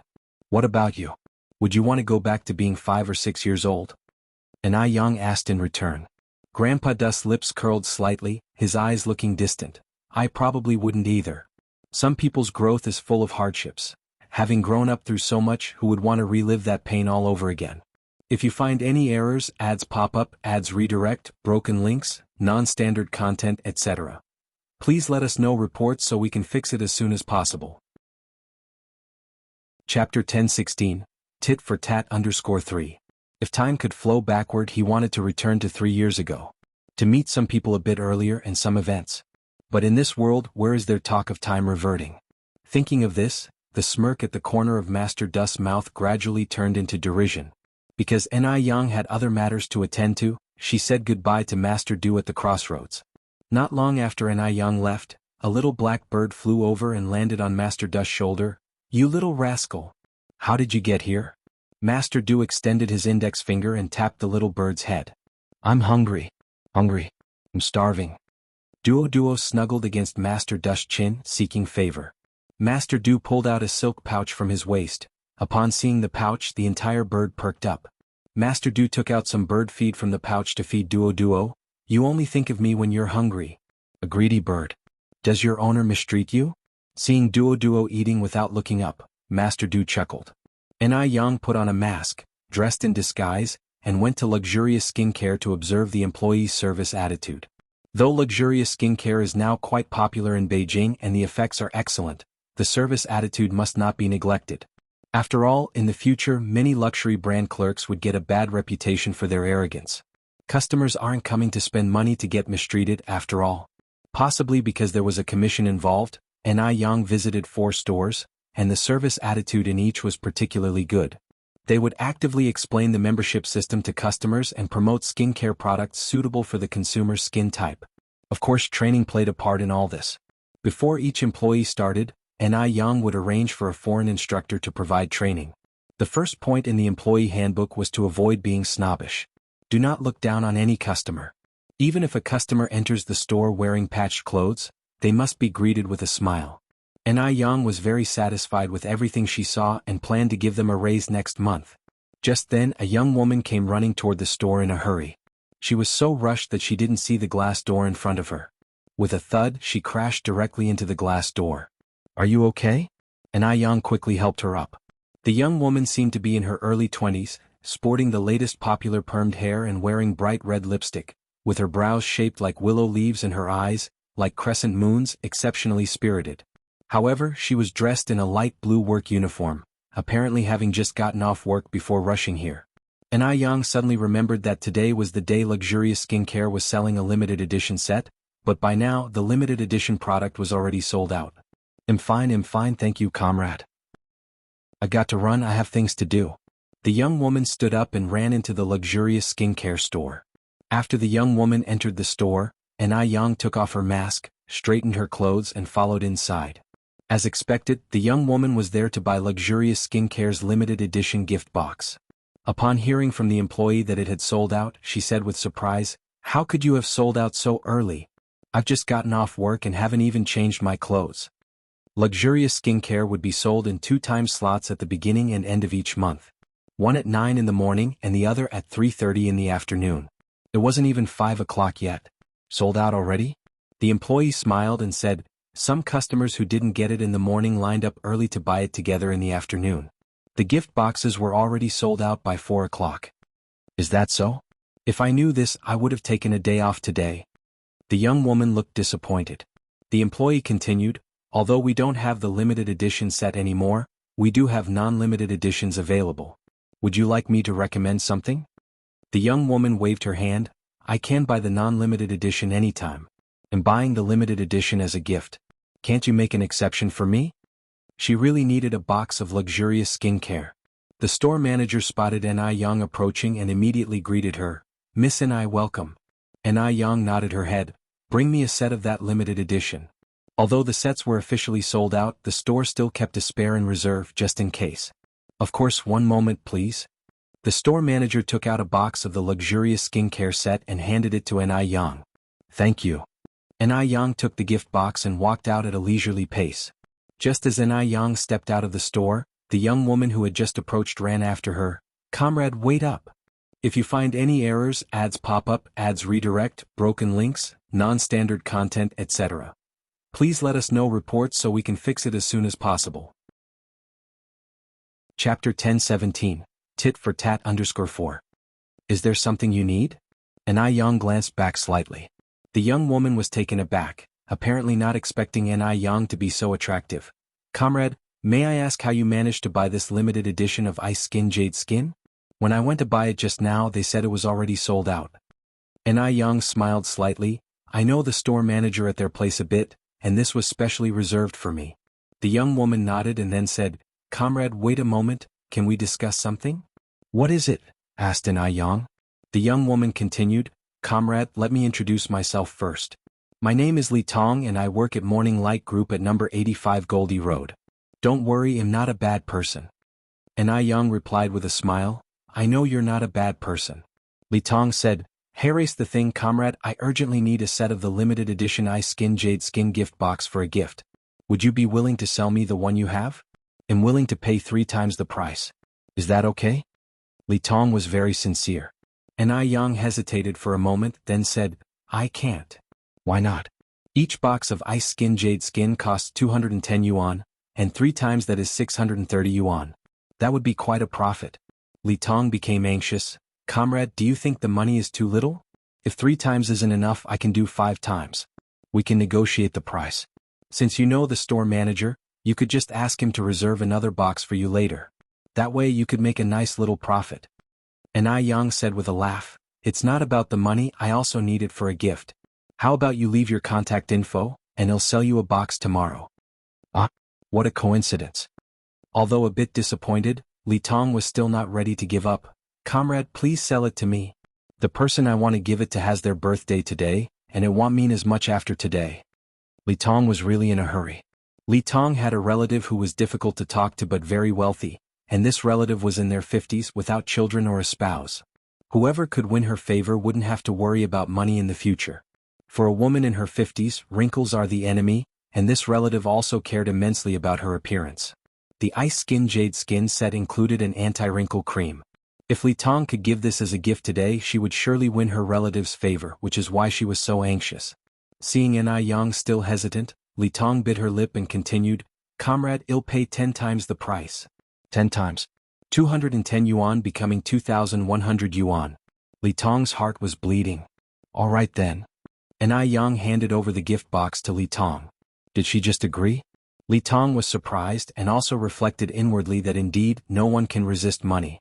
"Thank you so much, comrade." Li Tong continued, "But I don't have that much cash on me right now, could you come to the bank with me?" Ai Yang shook her head, "Just give me 210. 210? Li Tong was stunned. Hadn't they agreed on 10 times the price? Had she heard wrongly? Ai Yang continued, The original price of ice skin jade skin is 210 yuan. If I took 2,100 yuan from you, wouldn't that be extortion? You seem more desperate than me. Helping others is like helping yourself. Here, take it. Li Tong hadn't expected this response from Ni Yang, thinking to herself that this young lady was rather nice. She smiled and said, under circumstances where both parties are willing, this wouldn't be called extortion, you know? Comrade, are you sure you want to sell it to me for 210? Although pained by the thought of the 2,100 yuan, Li Tong wasn't one to go back on her word. Ni Yang nodded. It's like making a new friend then. My name is Ni Yang, you can just call me by my name. Alright, then you call me by my name too. Li Tong took out 210 yuan from her pocket and handed it to Ni Yang. Ni Yang took the money and they both left the mall together. Just as Ni Yang turned to leave, Li Tong suddenly called out, Ni Yang, wait a moment. Is there something else? Ni Yang turned around slightly. Li Tong fished out a notebook and a pen from her pocket. Ni Yang, what's your phone number? Do you mind leaving it with me? That way we can keep in touch more often. Ni Yang knew the store manager of Ice Skin Jade Skin, and with that contact, Li Tong could buy as many boxes of Ice Skin Jade Skin she wanted anytime. That would be really convenient. Using limited edition items also tended to be good for networking. Li Tong felt that her luck today was incredibly good. If you find any errors, ads pop up, ads redirect, broken links, non-standard content, etc., please let us know reports so we can fix it as soon as possible. Chapter 10:18, Tit for Tat _5. Ni Yang wanted this exact effect and nodded, saying, all right. Then he recited a string of phone numbers. After memorizing Ni Yang's phone number, Li Tong tore a page from his notebook and handed it to Ni Yang. Ni Yang, this is my house's phone number. Okay, Ni Yang nodded slightly. The next day was Saturday and Ni Tsuehua went to the Wu family. Having learned from the last experience, this time she didn't bring old Master Zheng or old Lady Zheng, nor did she bring Shangguan Dehui. She came quietly. The door of the Wu family was closed. Ni Tsuehua stood at the door and knocked. Knock, knock, knock. After a short while the door opened. The person who opened the door was Wu Dalong. Seeing Ni Tsuehua, Wu Dalong joyfully said, Auntie Hua, you've come. Ni Tsuehua, smiling, handed the candy she was holding to Wu Dalong. Dalong, is your mom at home? Wu Dalong shook his head. Mom went to Dad's company. Wu Jinshu was in charge of the construction site for Ni Yang at Jinghua village. Someone had to supervise the construction company. Is your sister at home? Ni Tsuehua continued to ask. She's at home, just sister and us, Wu Dalong answered. Ni Tsuehua nodded. Wu Dalong then said, Auntie Hua, please come in and sit. He then raised his voice and yelled towards the inside, Big sister. Erlong. We have guests. Come out. Ni Tsuehua followed Wu Dalong inside. Wu Yinyun and Wu Erlong came out of the room. Who's here? Yinyun, it's me. Ni Tsuehua emerged from behind. Seeing Ni Tsuehua, Wu Yanyun's expression instantly changed. The last person she wanted to see now was Ni Tsuehua. The sight of Ni Tsuehua reminded her that she was a child abandoned, and also brought back memories of her tragic past. Why are you here? Yinyun facing Wu Yinyun and Ni Tsuehua seemed a little flustered. I've already made it very clear last time, our family doesn't welcome someone like you, please leave immediately. Wu Yinyun pointed towards the door. Wu Dalong frowned, Big sister. How can you speak to Auntie Hua like that? You're being so rude. That's right, big sister. How can you ask Auntie Hua to leave? She's a guest. She's also an elder. Wu Erlong also seemed upset. Ni Tsuehua had always been so kind to their family, how could Wu Yinyun act this way? Wu Yinyun looked down at her two brothers. This has nothing to do with you two, go back to your room. Wu Dalong refused to go, and Wu Erlong also remained standing. Go back now. Under pressure, Wu Dalong had no choice but to head towards the room, taking Wu Erlong with him. Just before they reached the room's door, he looked back at Wu Yinyun. Big sister. If you dare to be rude to Auntie Hua when Dad and Mom come back, I'm going to tell them. Let them punish you. After Wu Dalong and Wu Erlong went into the room, Wu Yinyun coldly faced Ni Tsuehua. A person lives with a face, a tree lives with a bark, what exactly do you want to stop harassing me? Ni Tsuehua with tears in her eyes said, Child, I know I've wronged you, what do I need to do to earn your forgiveness? No matter how Wu Yinyun treated her, this child was still the one she carried for 10 months. Not protecting her own child, it was her failure. She just wanted to compensate Wu Yinyun more. Forgive you? Wu Yinyun looked at Enai Tsuehua, her lips curling with sarcasm. From the moment you abandoned me, I will never forgive you again. Since you decided to throw me away at the beginning, why pretend now? It really makes me sick. Sick. So her own daughter found her disgusting. Enai Tsuehua felt as if a knife was cutting through her heart. Yinyun, don't be like this, listen to my explanation. At that time I had no choice. The Mu family valued boys over girls. She had resisted, but resistance only resulted in a severe beating. At that time Enai Yang was still young, and her family wasn't supportive, so she could only watch as her newborn daughter was discarded. Her daughter was discarded and she felt more tormented than anyone. No choice? No choice allows you to throw away your own daughter? Did you ever think I am a human life? If I hadn't been picked up by my mom, I'd be dead by now. You have no rights to my forgiveness. Everyone urged her to let go of the past, to try and understand Enai Quihua's hardships. They said it lightly because none of them were the ones who were abandoned. They will never understand her pain. If you find any errors, ads pop up, ads redirect, broken links, non-standard content, etc. Please let us know reports so we can fix it as soon as possible. Chapter 1019. Tit for tat _6. I'm sorry. Enai Tsuehua took out a passbook from her bag. This is some money I've saved over the years. The password is your birthday. That money was all saved from selling spicy strips by Enai Tsuehua, adding up to more than 90,000 yuan. 90,000 yuan was already a huge sum of money in those days. I don't need it. Wu Yinyun swatted away the passbook being offered. Do you think this money can make up for the hurt you've caused me? Never in a million years.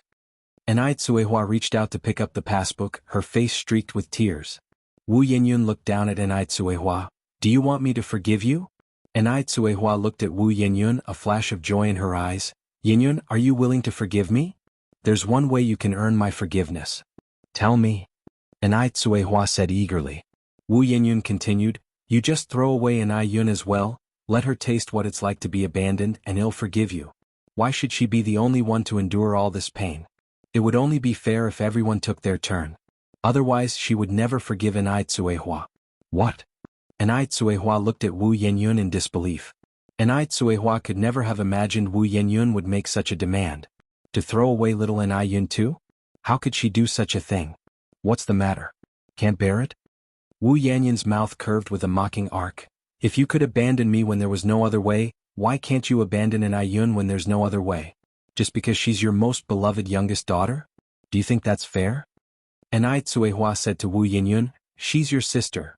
Not taking good care of her own child was her responsibility, but how could Wu Yinyun transfer that anger onto little Enai Yun? What did this have to do with little Enai Yun? This wasn't a matter of fairness at all. Enai Tsuehua looked at Wu Yinyun in front of her, feeling this person was excessively strange. I have only 3 younger brothers. No sisters. And certainly no beloved younger sister treasured like a pearl by the family. Look, the moment you talk about throwing away Enai Yun, Enai Tsuehua changes. Because she simply can't bear to part with Enai Yun. All that talk of having no choice, of being forced, it was all excuses. All of it just excuses. Apart from that demand, I can meet any other request of yours. Enai Tsuehua closed her eyes in agony. Don't need them, I have only this one demand. Wu Yinyun continued, now go and abandon your most beloved youngest daughter, and then when she comes of age, find her again and give her some money, see if your most loved little girl will forgive you. Enai Tsuehua looked at Wu Yinyun with tearful eyes. Yinyun, isn't this asking too much of me? This is all my fault, you can beat me or scold me, but it has nothing to do with Yinyun, the child is innocent, I beg you not to do this. Wu Yinyun sighed. Her heart was filled with immense sorrow. She didn't know why fate had assigned her such a mother, so cruel and so biased. Enai Yun is already 3 years old in nominal age. I had just been born when I was abandoned. Playing favorites like this, what right do you have to be a mother? Enai Tsuehua cried inconsolably, barely able to utter a complete sentence. Wu Yinyun continued, since you don't want to abandon Enai Yun, then I'll step back. Enai Tsuehua looked up at Wu Yinyun. If you don't want to abandon Enai Yun, then drive Enai Yang out of the house, sever the mother-daughter relationship, and from now on live your lives completely apart. Wu Yinyun enunciated each word, making Enai Quihua's heart grow colder. Are you joking with me? How could she possibly sever the mother-daughter relationship with Enai Yang? She couldn't do it. If it hadn't been for Enai Yang bringing her back from Dam Village, would she even have her current life? If it were Ni Yang standing in Wu Yanyan's shoes today, would Ni Yang be so aggressive? The answer was clear. Ni Yang definitely wouldn't act this way. I'm serious. Wu Yanyan continued, if you really were a fair mother, if you truly intend to acknowledge me as your daughter, then you should let your other daughter experience the pain I went through back then. If Ni Tsuehua was willing to break with Ni Yang, then she would be willing to forgive Ni Tsuehua. It was a matter of how much she mattered to Ni Tsuehua. She was just returning the favor. Ni Tsuehua looked at Wu Yanyan with a heart-wrenching pain and said, she's your sister, child. She's your sister. If it hadn't been for your sister, I would be dead by now. You wouldn't have what you have now. How could you speak such words? Where is your conscience? Conscience. Wu Yanyan looked at Ni Tsuehua, her lips curling with sorrow. Her conscience had been eaten by dogs long ago. Ni Tsuehua has the nerve to ask about her conscience. They all said Ni Yang had helped her. But without the Zheng family's influence, what could Ni Yang have done to help her? Ni Yang had known about her origins for a long time but kept it hidden, offering help out of guilt. Ni Yang wouldn't even spare a beggar on the street side, so how could she have been so kind-hearted as to help her? She had misjudged the person. Get out. Wu Yanyan didn't want to say any more, pointing at the door and saying, get out right now. As a child who was thrown away, Wu Yanyan had already been forbearing, but her blood-related mother kept disappointing her. Ni Tsuehua took a deep breath. Child, I hope what you said today was just an impulse. They'll be leaving first. Wu Yanyan thought that Ni Tsuehua would stay, continuing to plead for her forgiveness. But she hadn't expected Ni Tsuehua to actually leave. She left without looking back. She was the one who'd been cast aside, so why should she suffer so much pain and humiliation? Wu Yanyan sat in the chair and sobbed silently. Ni Tsuehua walked down the road, her soul seemingly in tatters. She didn't understand why Wu Yanyan had become like this. This child wasn't like this before. 2 hours later, Ni Tsuehua finally returned to Jinghua village. Ni Yang saw that something was wrong with her and asked her what had happened. Ni Tsuehua sighed, I went to see Yanyan but she still can't let go of the past. Yang, didn't you say you wanted to have a good talk with Yanyan? She's still very angry now, so it's best if you don't go recently, lest she takes out her anger on you. She didn't mention the 2 conditions that Wu Yanyan raised. Subconsciously, she still hoped Wu Yanyan would come around. People say things they don't mean when they're extremely emotional. Maybe after some time she'll have a change of heart. Ni Yang slightly furrowed her brow. Is Yanyan still very angry? Ni Tsuehua nodded her head. A misunderstanding could be resolved. Ni Tsuehua had made trip after trip, pouring out a mother's sorrow. Ni Yang didn't understand what grudge still lingered in Wu Yanyan's heart. Could it be just as Mo Qishan had said, that Wu Yanyan was making a big deal out of it? Let's leave it at that. I'm going upstairs to sleep for a while, Ni Tsuehua said as she walked upstairs. If you find any errors, ads pop up, ads redirect, broken links, non-standard content, etc. Please let us know reports so we can fix it as soon as possible. Chapter 1020. Yang got angry and Yang watched Ni Kuihua's figure, her thoughts deepening. Today was Saturday and during dinner Shangguan Su and Shangguan Shi came back. Ni Tsuehua, after an afternoon of rest, was in much better spirits and looked at Shangguan Shi. Xiaoxi, how are things going with you and Zuoling? Shangguan Shi was her daughter too, and she couldn't neglect her just because of the issues with Wu Yanyan. Considering Zuoling's family situation, if Shangguan Shi really married into it, the tough days would be yet to come. Shangguan Shi smiled and said, my relationship with Zuoling is very stable, and we've cleared up the misunderstanding from last time. Actually, it's not true that his family prefers boys over girls. After all, Zuoling is a college graduate, his level of thinking and awareness aren't that low. Mom, you can rest assured. Really? Ni Tsuehua was somewhat doubtful. She always felt that there was more to the situation. Really? Shangguan Shi nodded her head. Shangguan Dehui continued, you are just too stubborn, child. You won't learn your lesson until you face some hardships. Shangguan Shi said with a laugh, as long as Zuoling is not that type of person, everyone can stop worrying. Shangguan Granny helplessly shook her head, her eyes filled with concern. So the child was just too much like Su Fen. Sometimes, the more you try to persuade, the more counterproductive it becomes. Shangguan Su looked at Shangguan Shi. Do you know that Qinjun has come back? Yes, Shangguan Shi nodded her head. He even gave me a ride to my unit the day before yesterday morning. Shangguan Su joked. Qinjun graduated from a famous university abroad, and I see that he cares about you quite a bit. Being with him would surely be better than being with Zuoling. Phew. Shang Guanxi spit out a mouthful of rice and couldn't stop coughing. Enai Tsuehua quickly grabbed a tissue and handed it to Shang Guanxi, patting her back. Slow down, slow down. Shang Guanxi casually wiped her mouth and looked at Shang Guansu with an expression of disbelief. Brother, what are you joking about? Wulao-san and I, it's impossible. Shang Guansu said calmly. How do you know it's impossible without trying?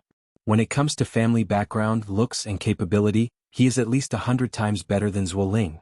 Compared with Wu Qinjun, what was Zuoling? It was Shang Guanzai's lack of judgment that made her fancy someone like Zuoling. Brother, please stop. An uncomfortable Shang Guanxi said. Wulao-san and I grew up together like close buddies. Can buddies become partners? Don't try to matchmake randomly. Shang Guansu picked up a piece of braised pork. If you really have no thoughts about it, just ignore what I said. But if you end up with Zuoling and suffer in their family, don't come crying to me.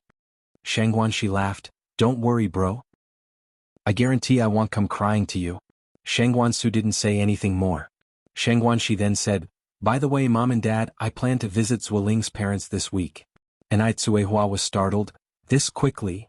If both sets of parents had met, engagement wouldn't be far off. Shang Guandehue looked at Shang Guanxi. Xiaoxi, are you sure about this? Yes, I've thought it through, Shang Guanxi replied. Sooner or later we have to meet the parents, it's better earlier than later. Enai Tsuehua frowned and then said, Xiaoxi, don't tell Zuoling's parents about our family's true situation when you go this time. As for gifts, there's no need for anything too expensive, just buy some fruit, bring a couple pounds of meat and 2 pounds of brown sugar. Ah, isn't that too shabby? Shang Guanxi was taken aback. Shang Guanxi was originally planning to bring a box of ginseng from Changbai Mountain. Shang Guandehue put down his chopsticks. I think your mother is right, Zuoling's family situation is too complex. If you bring expensive gifts on your first visit, you might not see their true colors. All right, Shang Guanxi nodded. He'll listen to you. Shang Guanxi was stubborn when it came to emotional matters, but she would still take her parents' advice on some things. After all, her parents were looking out for her best interests. After dinner, Grandma Zheng found Enai Tsuehua. Ting, did you go to see Yenyun again today? Enai Tsuehua responded with surprise. Mom, how did you find out? Grandma Zheng said, I could tell something was wrong with you this afternoon. Is Yenyun still unwilling to forgive us? Enai Tsuehua nodded her head. Grandma Zheng sighed. Maybe you just don't have that mother-daughter fate with her. If you find any errors, ads pop up, ads redirect, broken links, non-standard content, etc. Please let us know reports so we can fix it as soon as possible. Chapter 1021. Yang got angry under.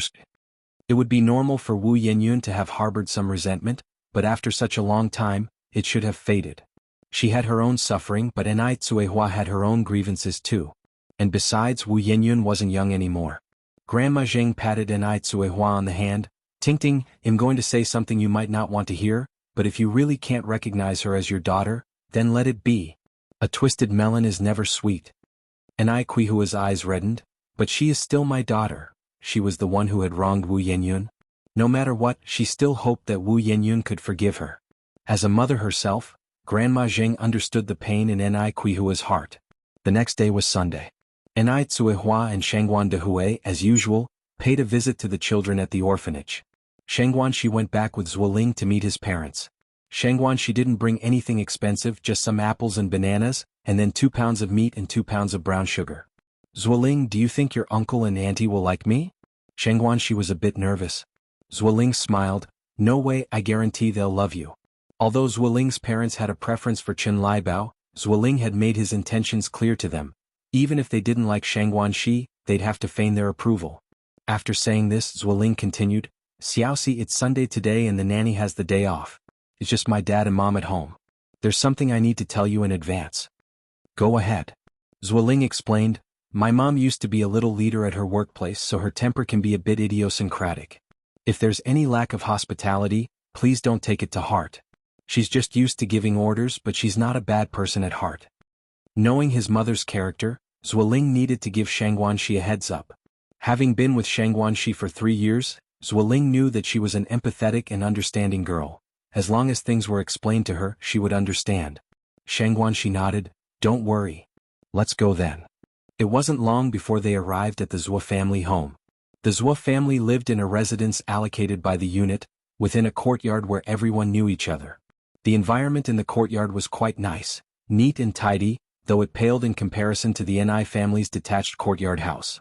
Seeing Zuoling bring a young and beautiful girl home, everyone teased him with a smile. Xiaozhua, who's this? Your girlfriend? Yes, Auntie 5, this is my girlfriend Shengguanxi. Xiaoxi, this is Auntie 5, she lives above us and is also a colleague of my parents. Shengguanxi greeted her politely. Hello, Auntie 5. Hello, this girl is quite pretty. No wonder Zuoling wasn't interested in Chen Liebao. Compared to Shengguanxi, Chen Liebao just didn't hold a candle. Hearing someone praise Shengguanxi's looks, Zuoling's face beamed with pride. Marrying a beautiful bride like her was his own achievement. Could Auntie 5's son ever manage to marry someone as beautiful as Shengguanxi? The Zuo family lived on the third floor in a spacious 3-bedroom apartment. The place was tidy, which also showed that Zuoling's mother was a person who liked cleanliness. Shengguanxi, who had a mild case of OCD, was relieved to see how neat and clean the Zuo family home was. Zuoling's parents were sitting on the sofa. Zuoling introduced Shengguanxi to them. Dad, Mom, this is my girlfriend, Shengguanxi. Shengguanxi very politely placed the gift she had brought aside. Hello, Uncle and Auntie, I'm Shengguanxi, you can just call me Xiaoxi. Zuoling's mother glanced sideways at the gifts Shengguanxi had brought. Bananas, apples, meat, brown sugar. Just ordinary things nobody wanted. Did they seem like a family that couldn't afford meat to her? Not bringing some nutritious and valuable gifts on the first visit, it seemed like she had no home training. Every time Chen Liebao visited, she would bring bags of good stuff. Malted milk, royal bee jelly, bird's nest, and with that she wanted to marry her son? In her dreams. Zuoling's father stood up with a smile. You girl, there was no need to bring anything. Come, sit down, sit down. Zuoling kept winking at his mother. Seeing it was for her son's sake, Zuoling's mother stood up.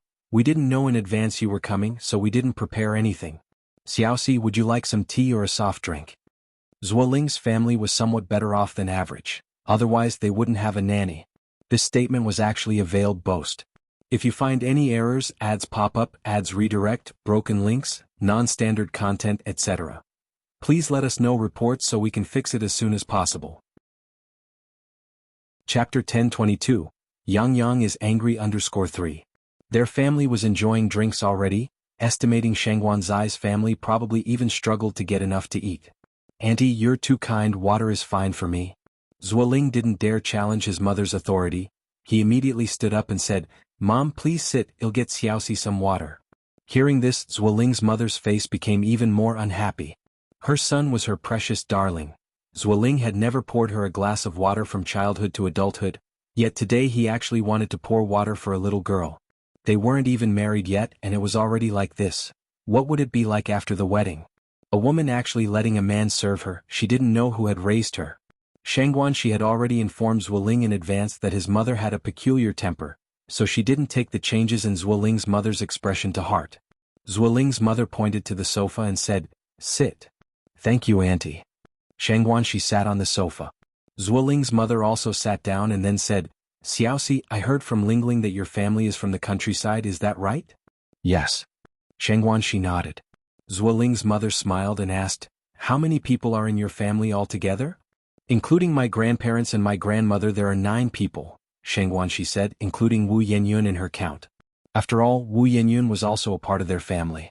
In the countryside, supporting 3 elderly people and a few children must be quite difficult for your parents, isn't it?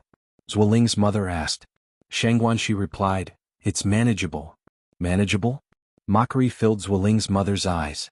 If it were truly manageable, then Shengguanxi wouldn't have needed to cling to Zuoling so desperately. She didn't know what kind of love potion this girl had fed to Zuoling to make him so determined to marry her. She wasn't even taking a look at herself, thinking she was worthy of Zuoling. Xiaoxi, you've seen our family's conditions. Lingling is the only son under his 7 sisters. After your uncle and I pass on, everything in the house will belong to Lingling. This child Lingling is naive if not for. At that moment, Zuoling came over with a glass of water, interrupting his mother. Mom, Harris water, have some water. While passing the glass of water to his mother, he made meaningful eye contact with her. Though Shengguanxi was understanding and simple-natured, she wasn't a fool. If Zuoling's mother continued talking, this whole thing might just fall through. Zuoling certainly didn't want to marry Chen Liebao, that pig. Zuoling's mother gave Zuoling a glare as she took the glass of water. Then Zuoling passed another glass of water to Shang Guanxi. Xiaoxi, drink some water. Thank you, Shang Guanxi expressed her thanks. Zuoling smiled and said, what are you thanking me for? Zuoling's mother sized up Shang Guanxi and then asked, Xiaoxi, how much do you weigh? Shang Guanxi was stunned. Huh? What did you say? Zuoling's mother asked, I'm asking what your height and weight are. This Zuoling's mother's character was indeed peculiar. Was it normal to directly ask that kind of question? Shang Guanxi subtly frowned and then replied, Mother, I'm 165 and weigh 98. A height of 165, and she weighs less than 100? That weight was not even half of Qin Lei Bao's. Qin Lai Bao could probably pick up Shang Guanxi with one hand. They say a fuller figure is better for bearing sons, but with Shang Guanxi's frame she might even have trouble conceiving, let alone having a son. In the 80s it wasn't like later times. Plumpness was considered beautiful, indicating wealth in the family. A skinny appearance probably meant one couldn't fill their stomach. Zuoling's mother grew increasingly dissatisfied with Shang Guanxi. Seeing that his mother's expression was turning sour, Zuoling quickly stood up and said, Mama, I'm hungry. Please start cooking. The moment she heard that her precious son was hungry, Zuoling's mother immediately stood up and went to the kitchen. Following Zuoling's pointed look, she continued, Xiaoxi, what do you like to eat? Shang Guanxi smiled and said, I'm not picky, auntie, whatever you cook is fine. During this time, Shang Guanxi offered to help Zuoling's mother but was stopped by Zuoling. What a joke. If Zuoling's mother continued to speak those unpleasant words, what then? He and Shang Guanxi were at a crucial moment right now. The raw rice wasn't yet cooked rice. Nothing could go wrong at this juncture. Zuoling not only stopped Shang Guanxi's movements but also sweet-talked her. Xiaoxi, how can you, with your tender hands, do such work? Wait until we're married, well, hire a nanny to let her take care of all the household chores. What girl doesn't like to hear sweet talk? Especially a girl who is deeply in love. If you find any errors, ads pop up, ads redirect, broken links, non-standard content, etc., please let us know reports so we can fix it as soon as possible. Chapter 1023. Yang Yang got angry _4. Really? Shang Guanxi asked with her face flushed. Yes, really, Zuoling nodded. About an hour later it was finally time to eat. The dishes were pretty good, consisting of 5 dishes and 1 soup, 2 meat and 3 vegetarian, but it was much worse compared to the last time Zuoling had visited the Anai family. But Shang Guanxi could understand, after all, the Zuo family's conditions were no match for theirs. Zuo father warmly urged Shang Guanxi to sit down and eat. Xiaoxi, don't be polite, just treat this as your own home. Thank you, uncle. Auntie, you've worked hard. Zuo mother couldn't be bothered to pay attention to Shang Guanxi. Her son wasn't without prospects for a wife. She didn't feel the need to please Shang Guanxi. Shang Guanxi assumed Zuo mother was just eccentric and didn't mind. After dinner, Zuoling couldn't wait to take Shang Guanxi back. Zuo mother took the gift Shang Guanxi had brought. Xiaoxi, you're too polite bringing such expensive gifts to just visit. Please take them back. Zuo mother deliberately emphasized the word expensive. Who would crave such trivial items? Shang Guanxi didn't catch the implied meaning from Zuo mother and smiled. It's nothing expensive, just some fruit. You don't have to be so polite. You take them back, continued Zuo mother. Take them back for the elders at home to enjoy. It must have been a long time since you've had meat in the village, right? Ah. Shang Guanxi was stunned. Zuoling quickly took the items from Zuo mother's hands, smiling.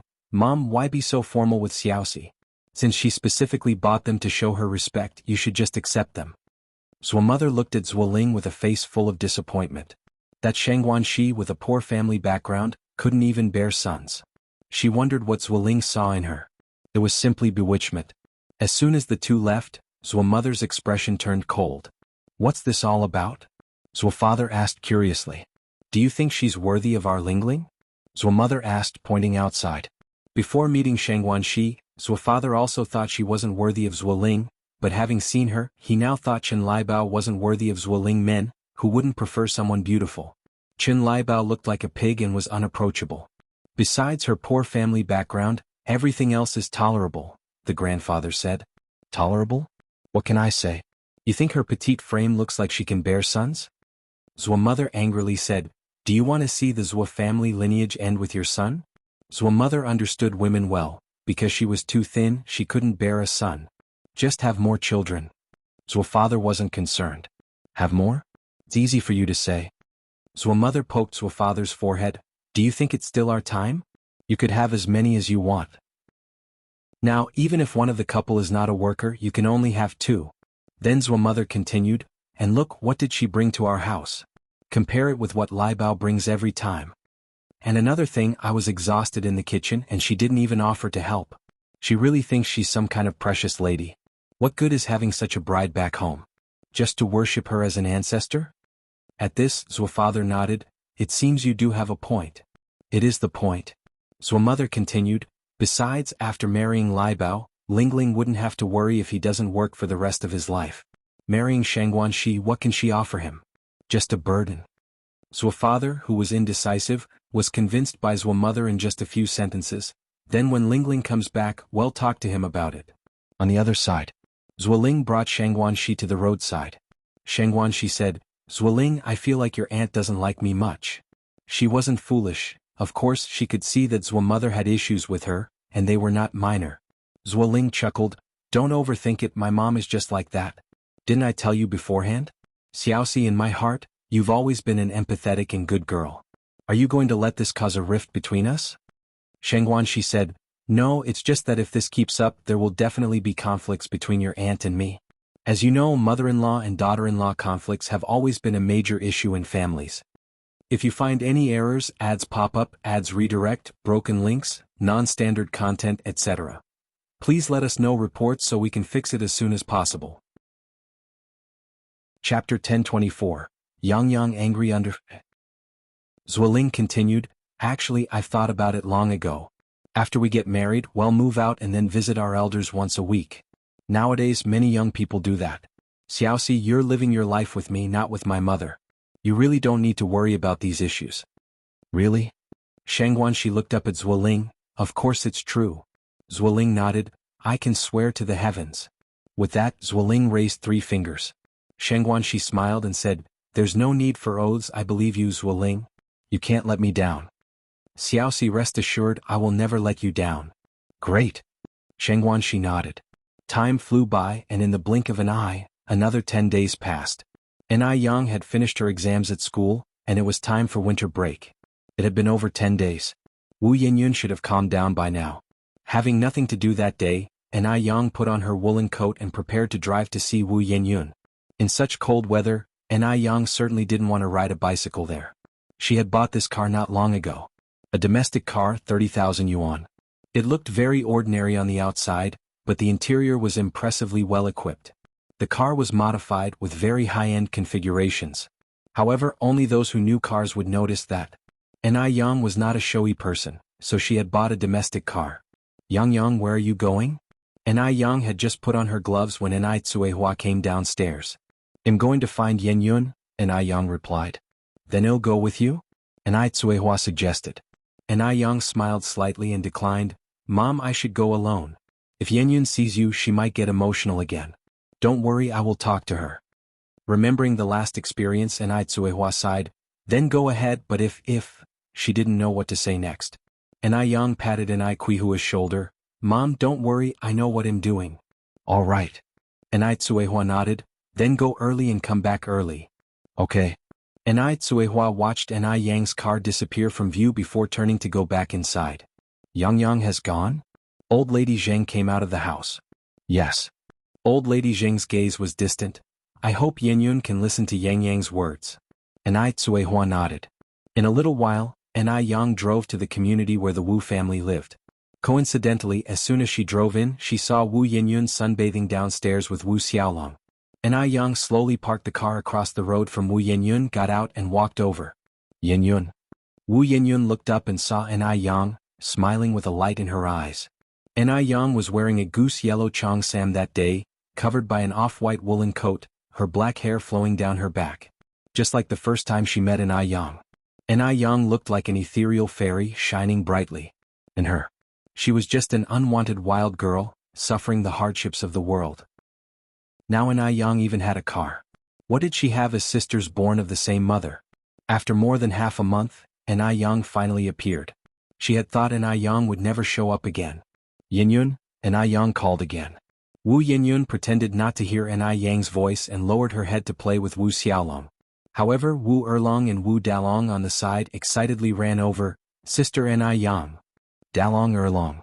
And I Yang patted both brothers' heads. Wu Erlong complained, Sister and I Yang im Erlong. And I Yang apologized with a smile, Sorry Erlong, it was a slip of the tongue. Wu Erlong said, It's okay. Oh Sister and I Yang, my big sister has been acting like she's sick these few days. She even lost her temper at Auntie Hua last time. Don't be mad at her later. Our teacher says not to argue with sick people. And I Yang nodded, I understand, you two go play. Wu Dalong and Wu Erlong ran off to play. And I Yang approached Wu Yinyun. Wu Yinyun acted as if she didn't hear An I Yang. An I Yang's expression remained unchanged, and without getting angry she spoke in a gentle tone, Yinyun, can we talk for a bit? Talk about what? Wu Yinyun looked up at An I Yang, her eyes filled with heavy hostility. An I Yang kept a smile in her eyes and spoke, Let's talk about our family situation. I know you're angry and feel wronged, but Mom really was powerless back then. You haven't experienced it yourself, you don't know what that feeling of helplessness is like. If you find any errors, ads pop up, ads redirect, broken links, non-standard content, etc. Please let us know reports so we can fix it as soon as possible. Chapter 1025, Yang Yang got angry _6. Wu Yinyun looked at An I Yang, her mouth curved in a mocking arch. That's your family, it has nothing to do with me. You don't need to tell me these things, I don't want to listen. That's your family too. My family? Wu Yinyun continued, a daughter born into a poor family like mine could never ascend to such a powerful, wealthy household. Yinyun, why don't we find a place to cool off and talk over some drinks? If the person in front of her wasn't her own flesh and blood sister, An I Yang would not have displayed such patience. Just go, I don't want to see you. From now on, our two families will have nothing to do with each other. It's best if we never interact again. An I Yang frowned subtly, clearly noting that Wu Yinyun's words were in no way a joke.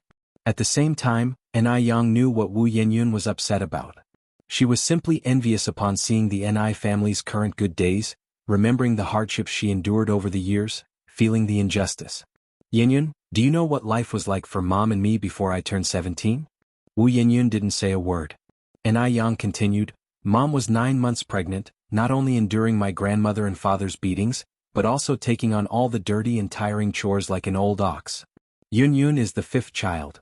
After she was born, when Grandma saw she was a girl, she immediately wanted to throw her to the wild dogs in the back hills. It was only my quick thinking that saved Yunyun. 3 days after Yunyun was born, my father's mistress, Li Shu, schemed to sell me to her relative for 1,000 yuan. Do you know what kind of person her relative was? He was a 50-something eunuch. Recalling that period, An I Yang couldn't help but get teary-eyed, her vision blurred by tears. That past seemed like another lifetime. In her previous life, she had suffered for 10 years before escaping from that misery. No one knew how heart-wrenching that past was. No one knew what kind of torment she endured. Later, because I accidentally saved 2 influential nobles, with their help, Mom and I managed to get divorced smoothly, and we took Yunyun to Beijing. When we first arrived in Beijing, we had no place to stay until Aunt and I rented half of her courtyard to us. After settling in Beijing, I started a noodle business. Every morning at around 2, I would get up to prepare everything for the stall. More than 200 kilograms of liquids, all transported to the street on my bicycle. Whether it was windy or rainy, I never missed a day. Below every glamorous appearance lies a heart full of scar. Since coming to Beijing, An I Yang never shared these experiences with anyone. Because An I Yang was never one to expose her scars and capitalize on others' sympathy. Wu Yinyun was the first. Later on, my noodle business improved and I got my first storefront in Beijing, then a second. Mom might be the daughter of the Zheng family, but she was only recently acknowledged by my grandparents. Before that, our life was not any more comfortable than yours. At this point, An I Yang looked up at Wu Yinyun. Yinyun, I hope you can let go of the hatred in your heart, forgive Mom and forgive us just this once. Do you think playing the victim here is interesting? Wu Yinyun asked. An I Yang narrowed her eyes slightly, a fleeting trace of scorn passing across her gaze. You think I'm playing the victim? It turned out that after saying so much in Wu Yinyun's eyes, it amounted to just playing the victim. Isn't it? Wu Yinyun retorted. Who knew if what An I Yang was saying was true? Based on An I Yang alone, did she have the ability to bring An I Tsuehua and little An I Yun to Beijing? Based on An I Yang alone, could she have achieved what she has today? She doesn't even think about how old she is this year. Did she really think herself a fool? Could she be so easily manipulated?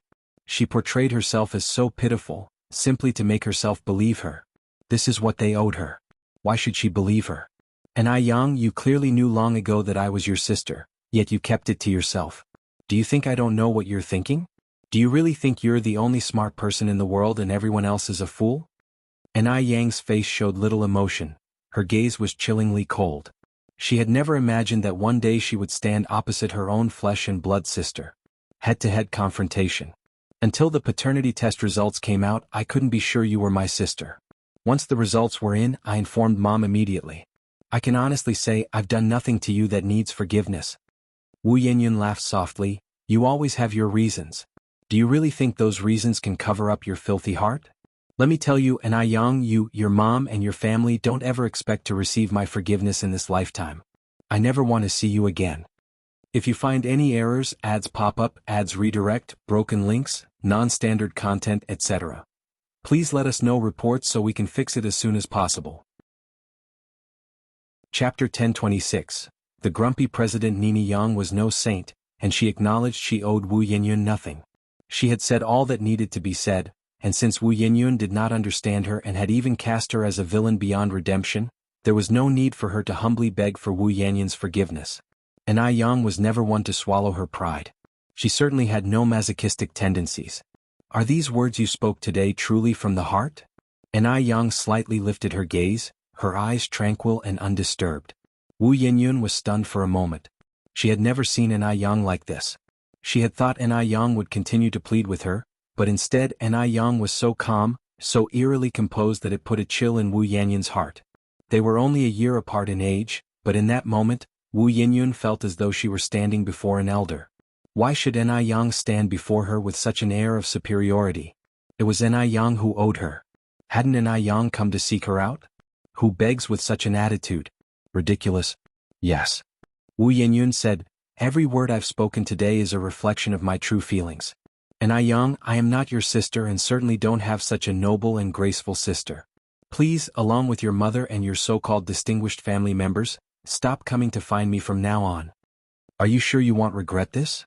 Yenyun, I owe you nothing, and even if Mom owed you something, it is settled now. Regardless, I hope you can calm down and seriously consider what I've said. Yang's face was devoid of expression, her voice cool and indifferent, yet Wu Yenyun trembled without feeling the cold, not even having the courage to glance at Yang.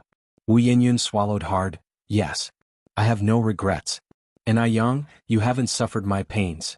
You will never have the right to stand before me and pass judgment. The reason you can stand so high and mighty and criticize me from a moral high ground is because the person being discarded was me, not you. If you were in my shoes, you might not be as magnanimous as I am. If the person who had been discarded was Yang, then it would be her shining brightly today. What right had Yang to treat her this way? She would never regret it. She would never regret making a clean break with the family. All right, I understand. Yang nodded slightly, turned and walked towards her car. Not an ounce of hesitation, nor a trace of sorrow on her face. Watching Yang's retreating figure, Wu Yenyun suddenly felt an overwhelming sadness well up. Abandoned her. Her own sister had given up on her. Just like she was thrown away 17 years ago. A mocking smile played on Wu Yenyun's lips. Tsuehua had not shown her face since her last visit. Today it was only Yang who had come. They all claimed to be children of the family, but not one of them sincerely wanted to acknowledge her as part of the family. False affection. Such family members were better off rejected. Yang drove away. She had not expected this outcome. Wu Yenyun was, after all, her biological sister. To say that Yang felt nothing would be a lie. But it wasn't to the point of being devastated. What to do when feeling down? According to President the answer was street racing. At this time, the roads in Beijing weren't as congested as in previous lifetimes, perfect for racing. Yang gripped the steering wheel with both hands and floored the accelerator. Swift as the wind, the black sedan sped along, and when the adrenaline reached its peak, all worries and vexations were washed away. What a thrilling sensation. After driving for a while and feeling a bit hot, Yang rolled down the left side window.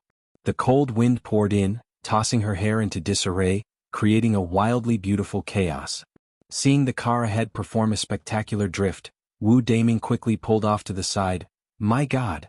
Who is that? They're driving like they're heading for the sky. Li Ronghua in the passenger seat also gazed ahead in amazement. It looks like the driver is a girl. A girl?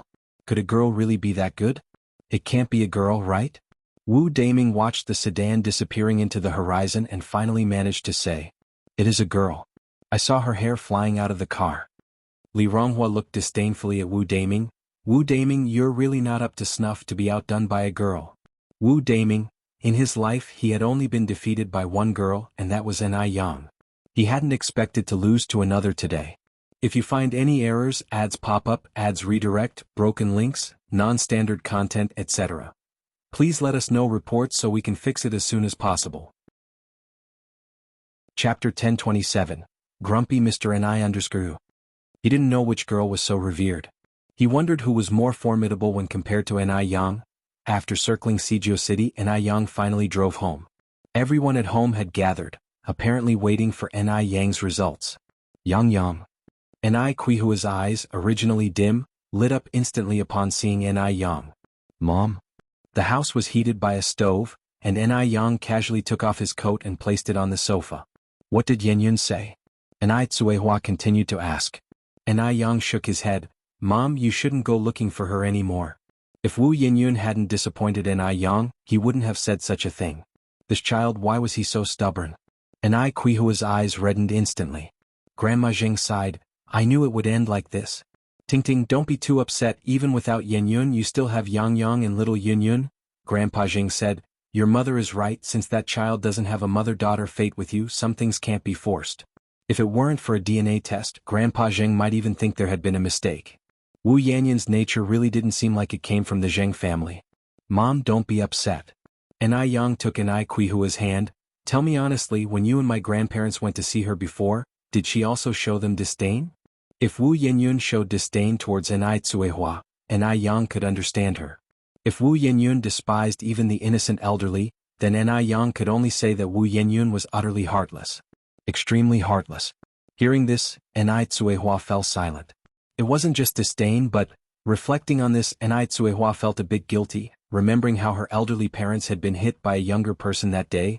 Seeing Enai Tsuehua like this, Enai Yang knew what had happened. "Mom, just forget this daughter from now on and don't go looking for her anymore. If you don't listen you will only embarrass yourself." Enai Tsuehua looked up at Enai Yang. "Do you think Yenyun will understand when she's older?" Wu Yenyun was still young this year, maybe she would change in a few years? Before Enai Yang could speak, Shengguan Dehui said, "Daya, have you forgotten how old Yang was when he brought you out of Dam Village?" That year Enai Yang was exactly 17 years old. Enai Yang was 17 years old just like Wu Yenyun. The two 17-year-olds were worlds apart. Enai Tsuehua fell silent.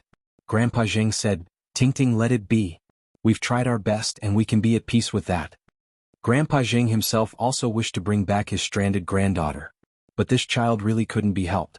Children are predestined. Some things simply can't be forced. Enai Tsuehua nodded. So be it. In the first half of her life, she suffered so much due to poor judgment. In the second half, she didn't want to cause any conflicts with her close family over a daughter who had become estranged from her. Did she really have to abandon little Enai Yun? Break the mother-daughter relationship with Enai Yang? Impossible. Never possible. Grandma Zheng and Shengguan she went over to comfort Enai Tsuehua. Shengguan she had met Wu Yenyun.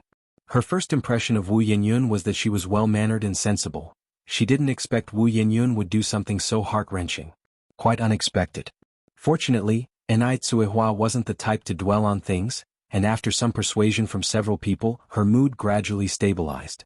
Wu Daming was driving Li Ronghua back home. As soon as the car reached the entrance of the village, he was stunned. "When was this highway in your village built? You should know that more than half a year ago Jinghua village still had dirt roads. During rainy days it would be muddy and cars couldn't enter, but now there was such a spacious concrete road." Li Ronghua said with a smile. "Yang paid for the construction." "Sixth sister?" "Yes." Li Ronghua nodded. "Sixth sister is really amazing." Wu Daming said enviously, "Why can't our village have a capable person like sixth sister?" Previously, Jinghua village had nothing, being the poorest among the villages in all directions. Since Enai Yang arrived, Jinghua village could be said to change every day. Now, if Jinghua village claimed to be number 1, which surrounding village would dare to claim to be number 2? If it wasn't seen with one's own eyes, no one would believe that Jinghua village could change so much in such a short time. And Yang was so amazing and Li Ronghua was also proud. That's right. Yang is really our village's lucky star. Go around the village and ask from 70 to 80-year-olds to 2 to 3-year-olds, who doesn't like Yang? Even people from the neighboring villages were especially envious of Jinghua village. At that moment as they drove past the Ni family's small courtyard, Li Ronghua suddenly sat up straight and looked out of the window. Slow down, slow down. What's wrong? Wu Daming was somewhat puzzled. Li Ronghua pointed to a small black car parked outside. Doesn't that car look familiar? Wu Daming squinted his eyes. It does seem a bit. After a moment of thought, Wu Daming continued, isn't that car the one we just saw on the street? Damn. The person driving the car just now couldn't be an Yang, could it? Wu Daming swallowed his throat. Li Ronghua and Wu Daming thought of the same thing. The person who was driving just now was Yang, wasn't it? If that's really the case, Sixth Sister is too amazing. Wu Daming exclaimed. Li Ronghua looked at Wu Daming. Anyway, she's much more capable than you. Look at you, Wu Daming, you're not even as good as a girl. Aren't you embarrassed? Wu Daming said meaningfully, then I'm still better than some who can't even drive. After speaking, Wu Daming added, not only can't drive, but they're also fierce like a man. If any man marries her, he's really out of luck. Who are you talking about? Li Ronghua glared at Wu Daming menacingly. Wu Daming grinned and countered, I'm just talking about some girls, not you. Why are you so excited? Do you act like a man? Li Ronghua, unable to vent his frustration, glared fiercely at Wu Daming. Stop the car. Wu Daming didn't hear her properly. Li Ronghua raised his voice and yelled, I told you to stop the car. Deafening. Wu Daming shuddered and immediately hit the brakes. What's wrong? I want to get out. Li Ronghua grabbed her backpack, got out of the car and slammed the door shut. Wu Daming scratched his head innocently. This person is really sick. Li Ronghua, who hadn't walked far, turned to look at him, her face gentle. What did you say? Wu Daming looked up at the sky and said earnestly, I said the weather today is really nice. Li Ronghua gave him a look and then walked ahead. Wu Daming stretched his neck. Comrade Li Ronghua, are you sure you don't want me to drive you? Li Ronghua, without turning back, waved her hand. No need. Wu Daming had no choice but to turn the car around, preparing to go back. Beep beep beep. Just then the right side window was knocked on. Wu Daming rolled down the window, revealing a face as beautiful as a painting. Sixth Sister. And Yang smiled and said, Wu Daming, what brought you here? Wu Daming replied, it's all because I had to drive that tomboy back. Tomboy? And Yang raised an eyebrow slightly. Who? Wu Daming looked back and whispered very softly, that tomboy Li Ronghua. If you find any errors, ads pop up, ads redirect, broken links, non-standard content, etc. Please let us know reports so we can fix it as soon as possible. Chapter 1028. This is the gap. So Wu Daming was talking about Li Ronghua. And Yang laughed and said, Sister Ronghua is pretty good, isn't she? Where does she look like a tomboy? Wu Daming looked at Yang as if he saw a monster. Even like this, she doesn't look like a tomboy? And Yang said, look how good Sister Ronghua is, she's tall, has good looks, a job and even a high salary. Her personality isn't bad either, she's loving towards her brother and respectful to her parents. For a girl to be like her is already quite remarkable. Compared to other women her age, Li Ronghua really stood out, she had everything that one could ask for and didn't lose to anyone else. Wu Daming scratched his head. Sixth sister-in-law, you're so close to her, of course, you would speak on her behalf. How come he never noticed all of Li Ronghua's good qualities? To him, Li Ronghua always looked like a tomboy. The kind that can't get married. And Yang, smiling, said, I'm just speaking the truth. Oh, by the way, do you want to come over to my place? Wu Daming waved his hands. No, I've got other things to do. Oh right, sixth sister-in-law, the sixth brother will be back in a couple of days. And Yang nodded, I know. How do you know? Wu Daming looked surprised. And Yang said, he's in Sea City, not abroad, we talk on the phone every day. Oh. As they were speaking, Wu Daming seemed to remember something, then said, Sixth sister-in-law, is that your car? Yeah. Wu Daming continued, Sixth sister-in-law, you must be really skilled at driving, right? By the end his eyes were gleaming. And Yang modestly said, of course, how else would I be your sixth sister-in-law? Wu Daming, full of admiration, said, Sixth sister-in-law, you're so amazing, I knew it must have been you I saw on the street that time. Now he finally understood why Mo Qixin fell for Yang. You saw me on the street? And Yang was somewhat surprised. Wu Daming nodded. Yeah, I saw your car nearly flying. Thinking about that scene still made his heart race and his blood boil. Keep it low-key. And Ai Yang, smiling, patted Wu Daming's shoulder. At that moment, Shang Guansu stood on the second-floor balcony and called out to Ai Yang, Yang, you've got a phone call. Oh, coming. And Ai Yang turned to Wu Daming and said, I'll go back inside then. If you have time, come over to my place with Brother Mo. Sure. Wu Daming nodded. And Ai Yang went inside to answer the phone. It was Li Tong who had called. She simply wanted to meet up with Ai Yang to buy a few more boxes of the limited edition Iced Jade Skin. And Ai Yang readily agreed to meet Li Tong. They agreed to meet the next morning. Shangguanshi came over from the other side, curiously asking, Yang, who was that? And Ai Yang replied, a new friend I just met, she's looking to buy some Iced Jade Skin from me. Oh.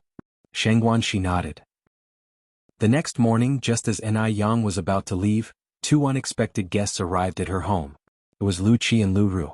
And Ai Yang, are your uncle and aunt at home?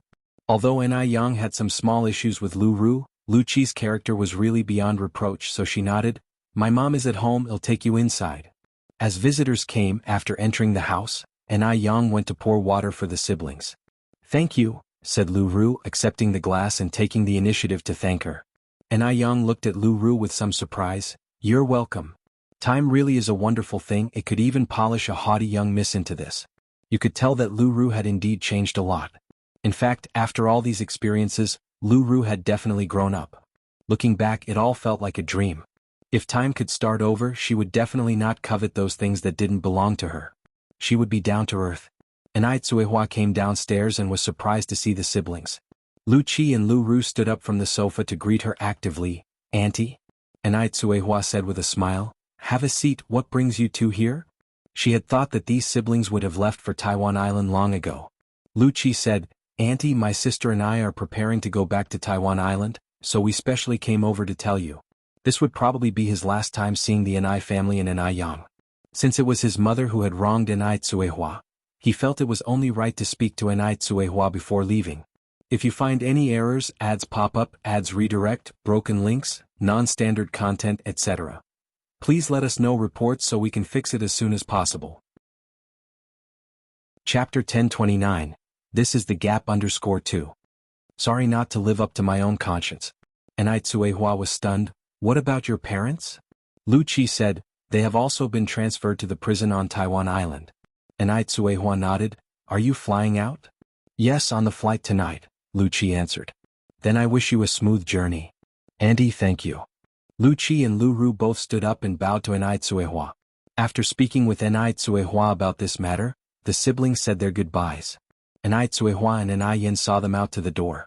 As they stepped out of the Ai family's courtyard, Zhao Shuiwei arrived. Zhao Shuiwei was carrying a bag of things. Auntie. Zhao Shuiwei nodded and stuffed the things in her hand into Lu Qi's hands. Take this with you to eat on the way. Inside was a pastry Zhao Shuiwei had made herself. Lu Qi had especially loved these pastries the first time he visited Zhao Shuyu's home. Auntie, thank you. Zhao Shuiwei sighed. Xiaoqi, your parents are your parents, you are you. After returning to Taiwan Island, forget the things of Beijing and start a new life with Xiaoru. Okay. Lu Qi nodded. Auntie, you also take good care of yourself. I will. Off you go. Auntie, goodbye. Zhao Shuiwei waved to the siblings. The siblings glanced back at Zhao Shuyu's stooping figure, their eyes slightly reddened. Especially Lu Ru, she now regretted her past behavior immensely. It was her fault. She owed Zhao Shuiwei an apology. After Lu Qi and Lu Ru left, Ai Yin drove to the place arranged with Li Tong. Seeing Ai Yin get out of a small sedan, Li Tong exclaimed in surprise, Ai Yin, you can drive? Ai Yin nodded. That's really amazing. Li Tong continued, how did you learn? It took me over a month just to learn to ride a bicycle. How long did you take to learn this? Ai Yin smiled, it's easier than a bicycle. Really? Li Tong expressed skepticism. Ai Yin nodded, really? Li Tong thought to herself that when she had money, she would also buy a small car to drive. But the day when she would have money seemed not too far off. The effects of were extremely good. The elders in the family were very happy and Li Tong was also excited. Right, Harris, the you wanted. Ai Yin took out 3 boxes from the passenger seat and handed them to Li Tong. Thank you, Ai Yin. Seeing the Li Tong's eyes lit up. These were limited edition versions of impossible to buy in the market. It was because Yin was kind and willing to do her this favor. You're welcome, Yin smiled slightly. Li Tong then said, it's also time for lunch, let me treat you to lunch. Then I won't be polite. Don't be polite with me, we are friends after all.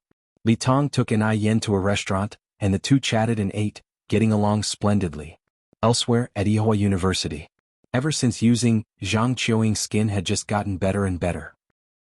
Now Wang Lisha was becoming restless. Since her skin was somewhat similar to Zhang Qiuying's, both dry and both prone to flaking in the winter. Seeing Zhang Qiuying's skin becoming increasingly hydrated while her own was drying out, flaking worse, how could she not be distressed?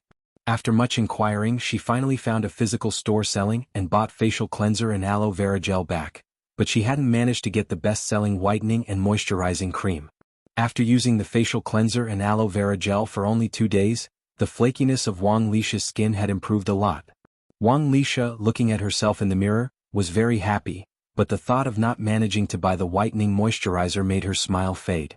If the normal facial cleanser and aloe gel could have such good results, then the limited edition could only be better. One look at Zhang Qiuying was proof enough. Zhang Qiuying's skin now is more than 10 times better than hers. She isn't any less attractive than Zhang Qiuying.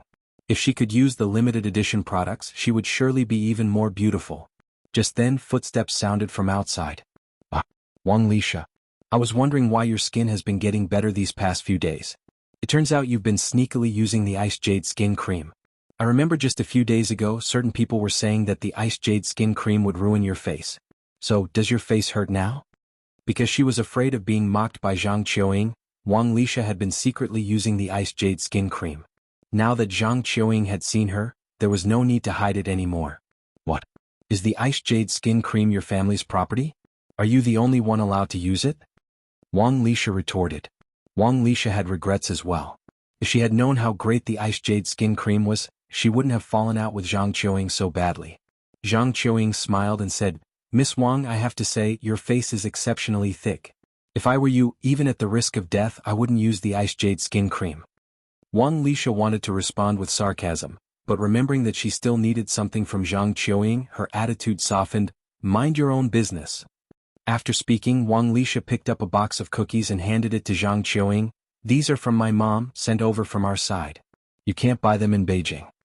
Zhang Qiuying looked at Wang Lisha strangely. Are you sick? Wang Lisha didn't respond. Instead, she grabbed another box of cookies and stuffed it into Li Huilan's arms. Here, this is for you. Li Huilan was just as surprised by Wang Lisha's actions. Zhang Qiuying continued, Wang Lisha, you didn't put poison in the cookies, did you? Take it or leave it. Wang Lisha glanced at Zhang Qiuying. I'm off to the cafeteria.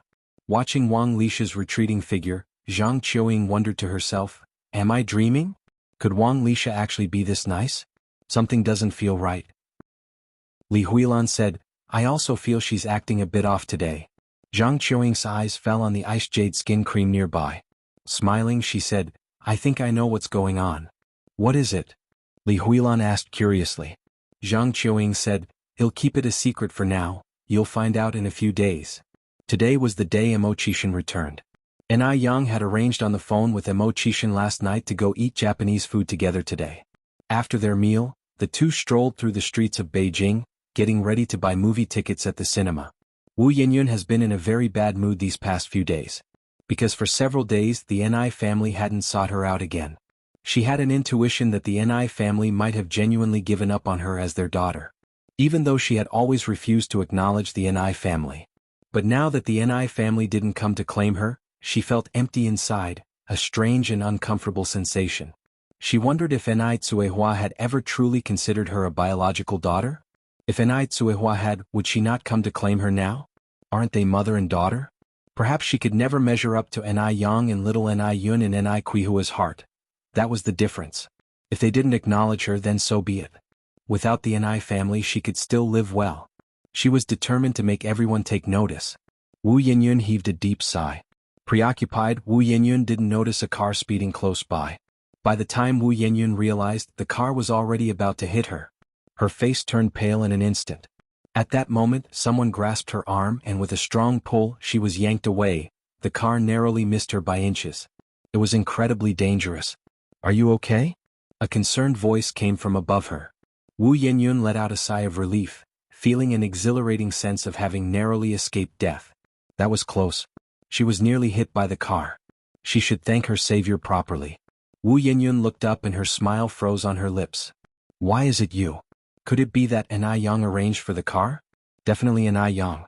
If you find any errors, ads pop up, ads redirect, broken links, non-standard content, etc. Please let us know reports so we can fix it as soon as possible. Chapter 1030, Sisterhood Broken. All of this was orchestrated by An Yang. Did An Yang really think she could use such despicable means to make herself feel grateful, to forgive her? Did she think she was so easy to deceive? She wasn't a 3-year-old child. I don't need your help. Wu Yenyun pushed An Yang away. An Yang, stop with your fake kindness here. Don't think I don't know what you're really thinking. Who are you putting on this show for? You really make me sick. An Yang didn't fight back and just watched Wu Yenyun, a layer of desolation welling up inside her. Saving Wu Yenyun was no accident. No matter what, this person was her own sister, and she couldn't remain indifferent and let Wu Yenyun die right there. If she had still held a sliver of hope for this sister before, now she was thoroughly disappointed in her. Mo Qishan slightly furrowed his brow. An Yang had already told him about Wu Yenyun's situation over the phone. Although he had long known that Wu Yenyun refused to acknowledge the An family, he hadn't expected her to be this excessive. If it hadn't been for An Yang just now, who knows what state she would be in if that small sedan had hit her, and now she's treating An Yang like this. An Yang might tolerate it, seeing Wu Yenyun as her sister, but he couldn't. Who do you think you are? Mo Qishan grabbed Wu Yenyun's wrist. If it weren't for Yang, could you be living like this now? You're ungrateful. Neither An Yang nor An Tsuehua had ever cursed at her like this. Wu Yenyun was stunned, looking incredulously at Mo Qishan. She was the one who had been abandoned, so how could she be the ungrateful one? It was An Tsuehua and An Yang who had wronged her. What right did Mo Qishan have to blame her? Just because he was An Yang's boyfriend? Because he was An Yang's boyfriend, could Mo Qishan just ignore the facts? Mo Qishan looked at Wu Yenyun with a very cold expression. Even An Yang had never seen such a side of Mo Qishan. His lips were tightly pursed, his cold features seemed to be covered with an impenetrable layer of thin ice, and he exuded a violent air that was vastly different from his usual gentle demeanor. Wu Yenyun, ask yourself, if it weren't for Yang, could you live as comfortably as you do now? Your family's house belongs to Yang, your father's company was funded by Yang's money. Even your life was saved by Yang. Think about it, how many times has Yang saved you? What right do you have to yell at Yang? The kind of person Mo Qishan hated most in his life was an ungrateful one like Wu Yenyun. If Wu Yenyun weren't An Yang's sister, Mo Qishan wouldn't have this kind of patience. But he had to give An Yang some face. She owes me. Wu Yenyun choked out. Yang owes you? What does she owe you? As your older sister, she owes you nothing. Mo Qishan continued, if anything, it's you who owes Yang. Think about it yourself, everything you eat, use and wear, isn't it all because of Yang? Wu Yenyun, if you truly have any pride, then from today on, stop using anything that belongs to Yang. Without An Yang's help, what was Wu Yenyun? She wouldn't even be able to attend school. Rest assured, I will never use anything of An Yang's again. Wu Yenyun turned to look at An Yang. They were all forcing her. All of them. And it wasn't even her fault to begin with. Why were they treating her like this? You'd better remember your words today. Mo Qishan released Wu Yenyun without any mercy. His voice was even colder than ice. Due to the sudden force, Wu Yenyun fell hard to the ground, feeling a sharp pain shoot through her palm as it made contact with the floor. Just then a dark shadow enveloped Wu Yenyun. She looked up. Was An Yang. What did she want to do? Mock her with a few taunting words? Wu Yenyun bit her lip, her eyes filled with resentment. An Yang looked down at Wu Yenyun from above, and took a white pearl bracelet off her hand. Now that it's come to this, the sisterly bond between us is also over. As she finished speaking, the pearl necklace slid from An Yang's hand to the ground. Snap! The thread broke upon hitting the floor.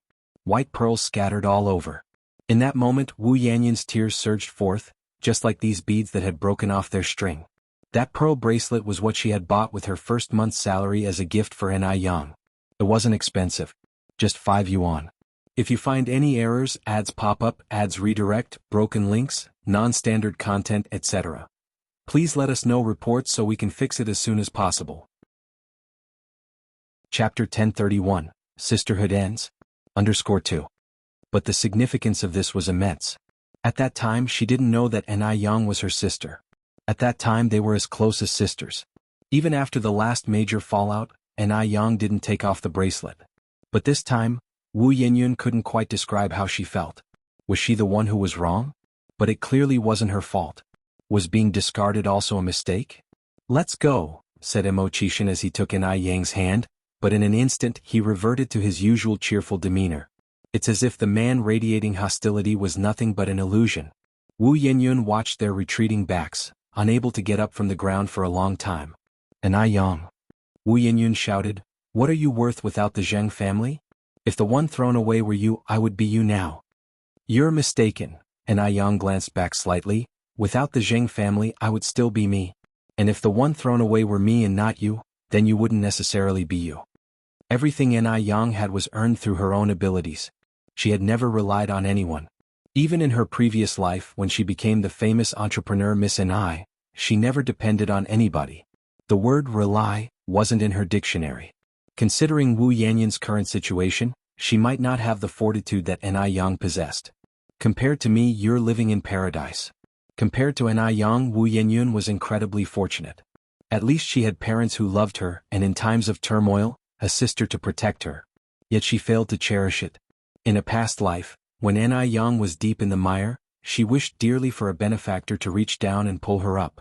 But there were none. It took her a full 10 years to climb to a future of success. Wu Yinyun had no right to speak of fairness now. Having said that, Yang walked away, arm in arm with Mo Chishan. Wu Yinyun lay on the ground, sobbing uncontrollably. "Yinyun?" Just then a familiar voice sounded overhead. "Sister Jiao Jiao?" Wu Yanyun's voice was hoarse. Du Jiao Jiao quickly helped Wu Yinyun to her feet. "What happened? Who bullied you?" "Nothing." Wu Yinyun hastily wiped away her tears. "I just fell down by accident." In her panic, Wu Yinyun glanced behind Du Jiao Jiao. Thank goodness. Thank goodness Grandfather Du wasn't there. If Grandfather Du saw her in such a wretched state, she wouldn't have the face to see him again. Du Jiao Jiao continued, "Are you really okay?" "Oh, I was about to go find Yang. Do you want to come with me?" Wu Yanyun's expression darkened momentarily, shaking her head. "I have something else to do, so I won't go." "Oh," nodded Du Jiao Jiao, "but are you really okay?" Seeing Wu Yinyun in such an unusual state, Du Jiao Jiao was a bit worried. "I'm really fine." Wu Yinyun looked at Du Jiao Jiao, adding, "Sister Jiao Jiao Yang is two-faced and isn't worth getting close to. Be careful not to be deceived by her." After saying that, Wu Yinyun turned and walked away. Du Jiao Jiao stared at Wu Yanyun's retreating figure, taking a moment to process the situation. What was going on? Hadn't Wu Yinyun and Yang been on good terms before? Why was she suddenly speaking ill of Yang now? Did Yang do something to betray her? But Yang wasn't that kind of person. How strange. Burdened with doubts, Du Jiao Jiao continued to walk forward. After Wu Yinyun returned home, she planned to sort out all the things Yang had given her. But as she was sorting, she realized that almost everything in the house was from Yang. Clothes, review materials, backpacks, even the house was Yang's. It seemed that the only option was to pay Yang back. When Yin Erju and Wu Jinshu got back, Wu Yinyun said, "Mom and Dad, can you give me some money? I need to pay Yang back." Yin Erju said, "Xiaoyin Yang is your sister. How can you call her by her full name? When did you ever borrow money from Yang? She is not my sister. I've made that clear to her today. From now on, our family will keep our distance from her, and I will no longer use anything from Yang. And yes, let's not live in her house anymore either. Let's move out." "Have you lost your mind?" Yin Erju frowned and said, "Everything our family has now was given by Yang. Do you think you can repay that so easily? Do you know how much you're hurting her feelings?" Yin Erju truly hadn't expected Wu Yinyun to change like this. This daughter had become almost unrecognizable to her. Wu Yinyun wasn't like this before. Wu Yinyun retorted, "Why can't it be repaid? Isn't our family construction company making a lot of money now? Can't we just pay Yang back? At worst, repay tenfold." As far as she knew, the construction company was making thousands a month, and in good times, it could make 10,000. The Wu family was certainly not short of money now. Although Yang had bought her many things, if the items couldn't be returned, paying back the money would suffice. It was precisely because of this that Wu Yinyun felt so confident in front of Yang. If it weren't for Yang Yang's financial support, could our construction company have even started? Wu Jinshu couldn't stand it any longer. Don't forget who helped you get where you are. Xiaoyan, we have to have a conscience as human beings. Paying back the money is easy, but what about the kindness? This favor couldn't fully be repaid. Without Ni Yang's guidance and help, Wu Jinshu's construction company would not have been able to make any money, even if it had been established. Wu Yenyun was an honest person, and he was well aware of his own limitations. Yan Erju continued, if you truly want to sever ties with Yang Yang, then go be a stepmother to Wu Chang's 2 children right now. Then we can go live in that dilapidated little house. You must have forgotten about the hard times after living so well for too long. Wu Yanyun's mind went boom. She couldn't understand why everyone was speaking up for Ni Yang. Even her adoptive parents were the same. Was it just because Ni Yang had money that everyone was trying to curry favor with her? Or was it because she wasn't their biological child so they didn't really care about her? Wu Yenyun felt her life was like a joke. She had always been living in deception. Seeing Wu Yenyun like this, Yan Erju sighed, Xiaoyan, stop being so stubborn. Yang Yang is a sister that's hard to come by, you should treasure her. Listen to your mother, the bond between sisters only comes once, there is no next life. Does she deserve to be a sister? Why does everyone take her side? Just because she has money, because I am not your biological child? Wu Yenyun turned to look at Yan Erju. Yan Erju was stunned, her eyes reddening as she looked at Wu Yenyun. She had always treated Wu Yenyun as her own daughter and never expected Wu Yenyun to say such a thing. What are you saying? Your mother has been so good to you, when did she ever not treat you as her own? Wu Jinshu also got angry because of Wu Yanyun's words. I am your daughter. Why do you always speak for Ni Yang? If you like Ni Yang so much, why did you pick me up in the first place? Go acknowledge Ni Yang as your daughter. Rather than enduring these pains, it would have been better if they'd let her die back then. Why let her live like this? Wu Yenyun, too angry to care, was just saying things she found satisfying and didn't realize how hurtful her words were. Yan Erju looked at Wu Yenyun and tears flowed down like rain. 17 years ago, when Wu Yenyun was picked up, she had been so tiny. A baby fusses at night in the first month and needs to be fed several times. She didn't have breast milk, so in the dead of winter she had to get up to feed her several times each night. It was not easy for her to raise the baby. She could never have imagined that one day Wu Yenyun would blame her for having picked her up in the first place. If you find any errors, ads pop up, ads redirect, broken links, non-standard content, etc. Please let us know reports so we can fix it as soon as possible. Chapter 1032, What is Upbringing? Yan Erju looked at Wu Yenyun and just felt that her daughter was excessively strange. Very strange. Wu Jinshu realized something was off in the atmosphere and frowned as he spoke. Yenyun, what nonsense are you talking about? She is your mother. Without her, there'd be no you.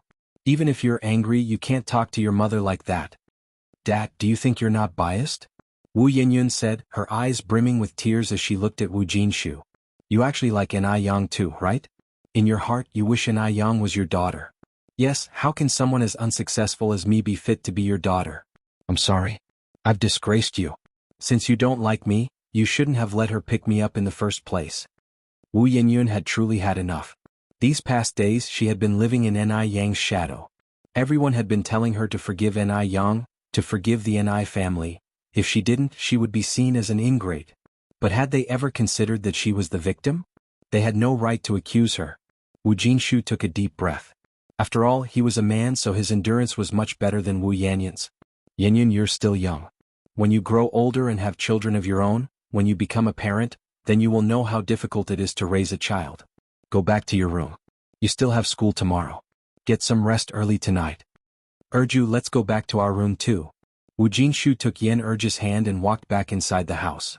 If the standoff continued, the conflict would roll on like a snowball, growing larger and larger. Children are irrational. Parents cannot afford to be irrational as well. Erju, let's go. Wu Jinshu pulled Yan Erju back into the room and closed the door. Yan Erju lay on the bed, sobbing deep and muffled cries. For Wu Yenyun in her younger days she had endured so much from her mother-in-law. But now Wu Yenyun was treating her like this. No one could understand the sourness in her heart. Wu Jinshu consoled her. Erju, let it be. She's just a child who hasn't grown up yet. Just give it a few years, she will be fine. Why are you getting angry with your own child? Look at me, I'm not angry at all. Actually, our Yenyun is very sensible, it's just that she's a bit confused at the moment. Everyone has impulsive moments, she didn't do it on purpose. Yen Erju was speechless, her shoulders trembling. Is being non-biological really that significant? How could this child say such things to her? Yen Erju was not angry, she was heartbroken. Wu Jinshu continued, Erju, let it go. Yenyun didn't mean it, don't be upset. It took quite some time before Yen Erju stopped crying.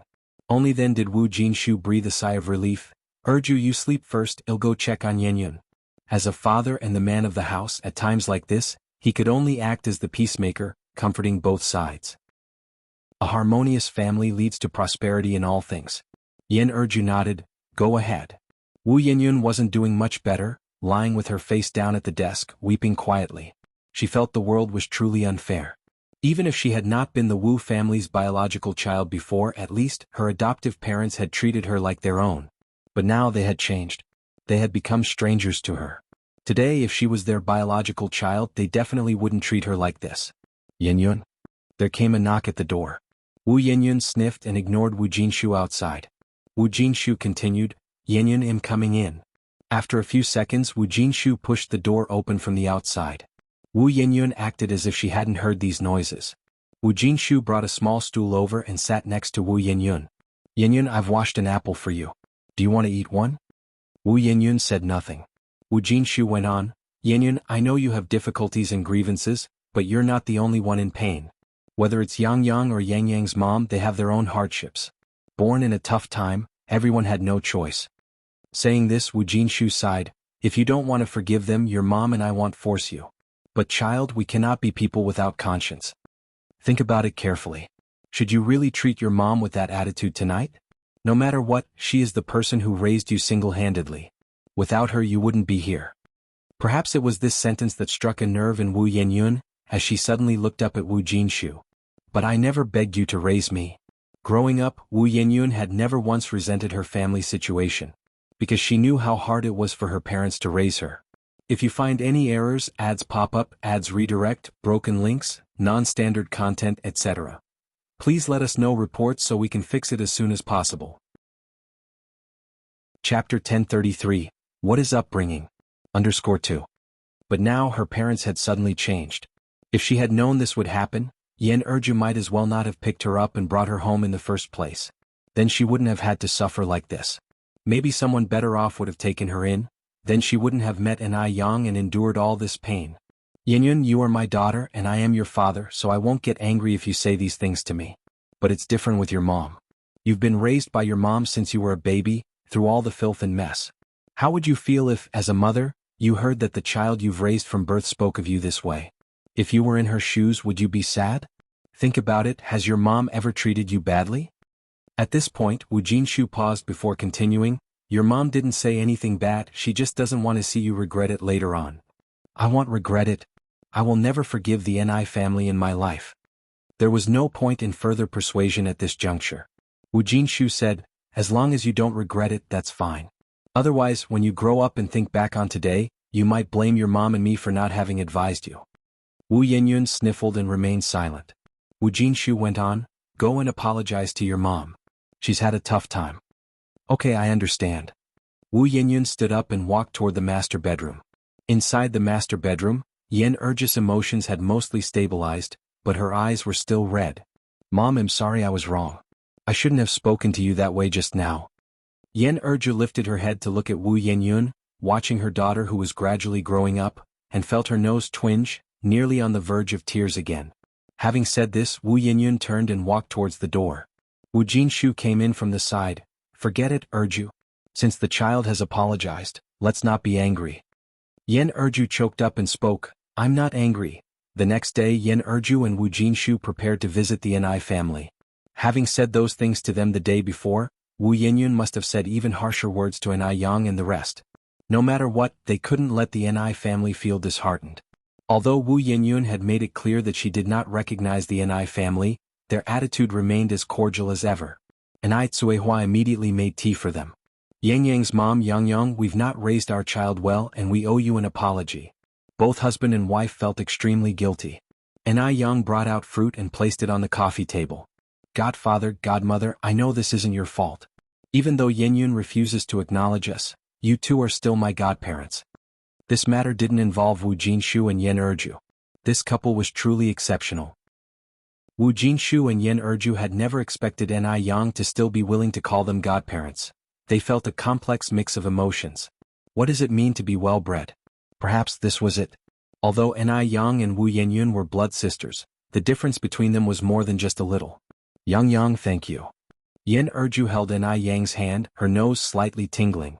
Ni Yang smiled faintly. Godmother, we should be the ones thanking you for raising Yenyun to adulthood.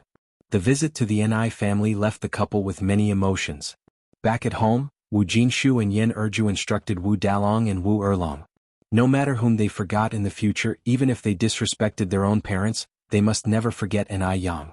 Ni Yang had shown great kindness to their family. Wu Dalong and Wu Erlong nodded. Mom and Dad, don't worry, Erlong and I would never be as heartless as our elder sister. Meanwhile, at the Ni family's small courtyard, Shengguanxi was carrying a bag rushing indoors. She was hurrying and failed to notice a banana peel on the ground. Just as she was about to step on it, Ni Yang came from the opposite side and gently kicked it into a nearby trash can. Shengguanxi gave a thumbs up. Yang, you could go play soccer with skills like that. Ni Yang laughed. I might just give it a try tomorrow. By the way, Sister Xiaoxi, why are you in such a hurry? Shengguanxi said, I'm going back home to change clothes. I have things to do later. How about I give you a ride on my way out? Offered Ni Yang. Sure, Shengguanxi nodded. Then I'll go change right now. Before long, Shengguanxi came downstairs, changed into a pink down jacket, and had even applied lipstick, looking much prettier than usual. A fair lady is a gentleman's good match. Ni Yang teased, Sister Xiaoxi is dressed up so beautifully, are you going on a date? A blush quietly crept onto Shengguanxi's face. Are you really going on a date? Ni Yang asked. Aha, Shengguanxi nodded. Ni Yang continued, is your date with Zuoling? Shengguanxi nodded again. Shengguan had thought that Ni Yang would definitely try to persuade her not to be with Zuoling, but Ni Yang didn't say much. She neatly fastened her seatbelt, started the engine and drove away. Yang, aren't you going to advise me against being with Zuoling anymore? Ni Yang smiled and looked back. If I advised you, would you listen? Shengguanxi shook her head. Ni Yang went on, since you wouldn't listen to me, there's no use in me saying more. Besides, I've always said that a fox will eventually reveal its tail. Ni Yang now had a better way to make Zuoling show his true colors. There was no use in saying more. Zuoling is not a fox at all. Shengguanxi claimed. Ni Yang smiled slightly. Sister Xiaoxi, have you only been in love once? Shengguanxi exclaimed in surprise. Yang, how did you know? Zuoling was her first love and she was his. Ni Yang said, I can tell. Mainly because you're too naive, Sister Xiaoxi. Anyone with a bit more experience in love wouldn't be like you. Shengguanxi responded speechlessly. Yang, you're several years younger than me. You talk as if you've been in many relationships. The car was fast and it didn't take long to arrive downtown. You can stop here, Shengguanxi said. Ni Yang pulled over to the curb. Shengguanxi opened the door and waved at Ni Yang. See you, Yang. Ni Yang followed up. When will you return tonight, Sister Xiaoxi? I'll come to pick you up. Shengguanxi waved her hand. No need, I'll take the bus back. After separating from Ni Yang, Shengguanxi arrived at the cafe where she and Zuoling had agreed to meet. By the time she arrived, Zuoling was already there. Zuoling was a very attentive person and very conscious of time.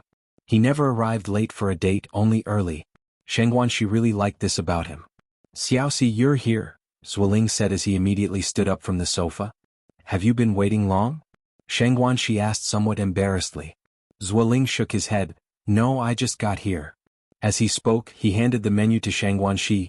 Choose whatever you like, Xiaoxi. Shengguanxi took the menu. I'll have a caramel macchiato. What about you? I'll have the same as you, Zuoling said. In fact, Zuoling didn't really like these kinds of drinks. He was just deliberately accommodating Shengguanxi to create more common topics of conversation. Shengguanxi nodded. Waiter, 2 caramel macchiatos, please. Sure, please wait a moment. After finishing their coffee, the two went to watch a movie. While buying tickets, a familiar voice rang out from behind. Shengguanxiaoxi. Shengguanxi glanced back slightly, only to see Wu Chenjun approaching. Wu number 3, you're also here to see a movie. Sister Xiaoxi, hi. Standing next to Wu Chenjun was a girl about 17 or 18 years old, Wu Chenjun's younger cousin. Anan, you're here too. Zhou Anan nodded. I came with my brother. Xiaoxi, I've got the tickets, Zuoling said, coming over from the other side. Oh, then let's go quickly. Wu Chenjun lifted his chin slightly. Shengguan Xiaoxi, aren't you going to introduce us to this gentleman? If you find any errors, ads pop up, ads redirect, broken links, non-standard content, etc. Please let us know reports so we can fix it as soon as possible. Chapter 1034. I've heard so much about you. Shengguanxi smiled and said, This is my boyfriend Zuoling, this is my childhood friend Wu Chenjun, and this is his cousin Zhou Anan. Wu Chenjun took the initiative to reach out his right hand. Mr. Zhou, I have heard much about you. From a distance last time, Wu Chenjun thought Shengguanzai's boyfriend wasn't much to look at, and now up close he seemed even less impressive. Shengguanzai's taste in men was questionable to say the least. She actually liked this kind of pretty boy. Hello. Zuoling reached out to shake Wu Chenjun's hand. In the gaze that passed between Zuoling and Wu Chenjun, Zuoling knew that Wu Chenjun didn't come with good intentions. Perhaps he came because of Shengguanxi. Right, Shengguanxi was so beautiful, who knows how many men outside coveted her. But even if Wu Chenjun liked Shengguanxi, what of it? Wu Chenjun lived in a small villa, drove a compact car and still lost to him. So what if you have money? With money you still get stepped on beneath my feet. Zuoling felt a full sense of superiority, reaching out to put his arm around Shengguanzai's shoulder. Xiaoxi, let's go inside, the movie is about to start. Okay. Shengguanxi turned her head to greet Wu Chenjun and Zhou Anan. Well, go in first then. Zhou Anan nodded. Okay, Sister Xiaoxi, you guys go ahead. Wu Chenjun's face remained expressionless, his eyes fixed on Zuoling's hand resting on Shengguanzai's shoulder. He wanted to chop off Zuoling's hand with an axe. Brother? Zhou Anan nudged Wu Chenjun. They're already far away. Damn.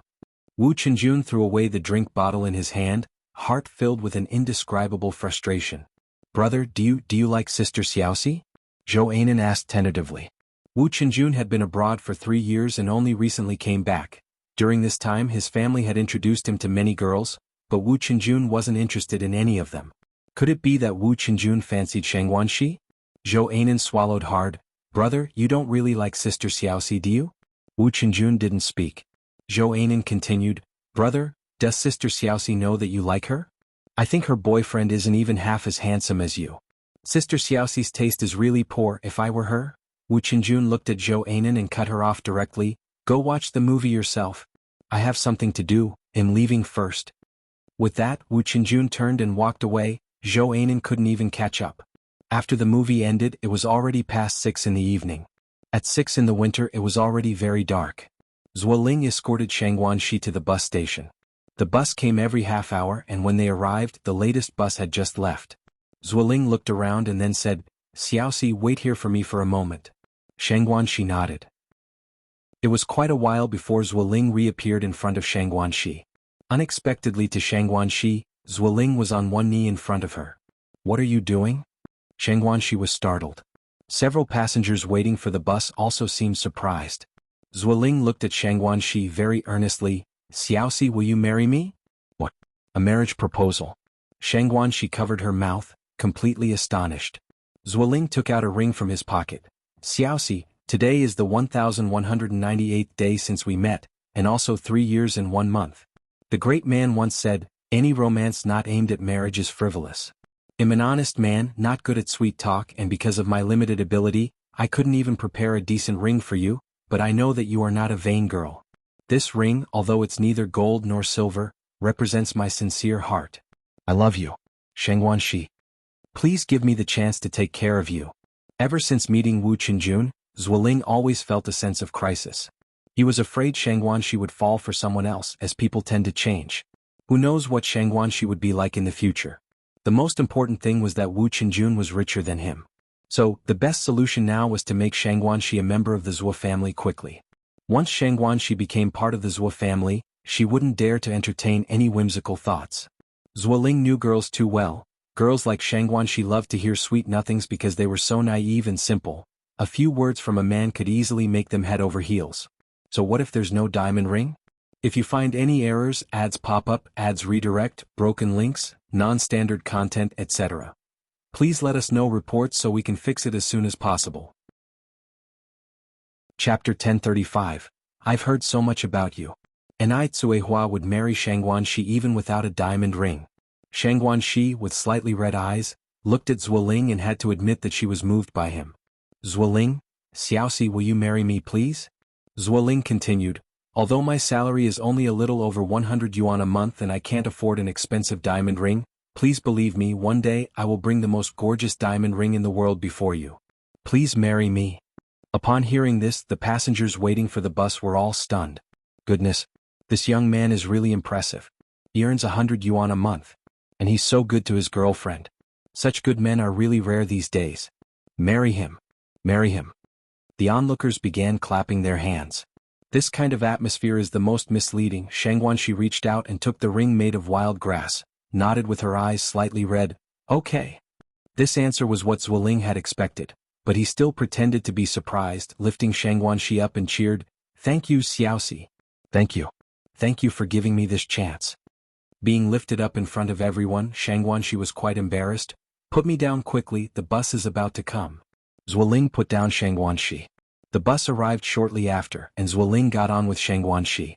Shang Guanxi reminded him, "Zuoling, you got on the wrong bus. Your home is in the opposite direction." Zuoling smiled and said, "It's okay, I'll take you home." "Then how will you get back?" asked Shang Guanxi. Zuoling casually replied, "He'll take the bus back later, taking you home is the most important thing now." Shang Guanxi was very fortunate to have a boyfriend as good as Zuoling. "Zuoling, thank you." Zuoling smiled and said, "We'll be family soon, you don't need to thank me." Shang Guanxi shyly lowered her head. Zuoling continued, "Xiaoxi, when do you plan to marry me?" He had already planned that after Shang Guanxi married him, he would have her quit her job at the factory, stay at home with peace of mind, tending the house and looking after the elders. After all, Shang Guanxi didn't make much money a month anyway. With Shang Guanxi around, there would be no need to hire a nanny, saving some nanny expenses as well.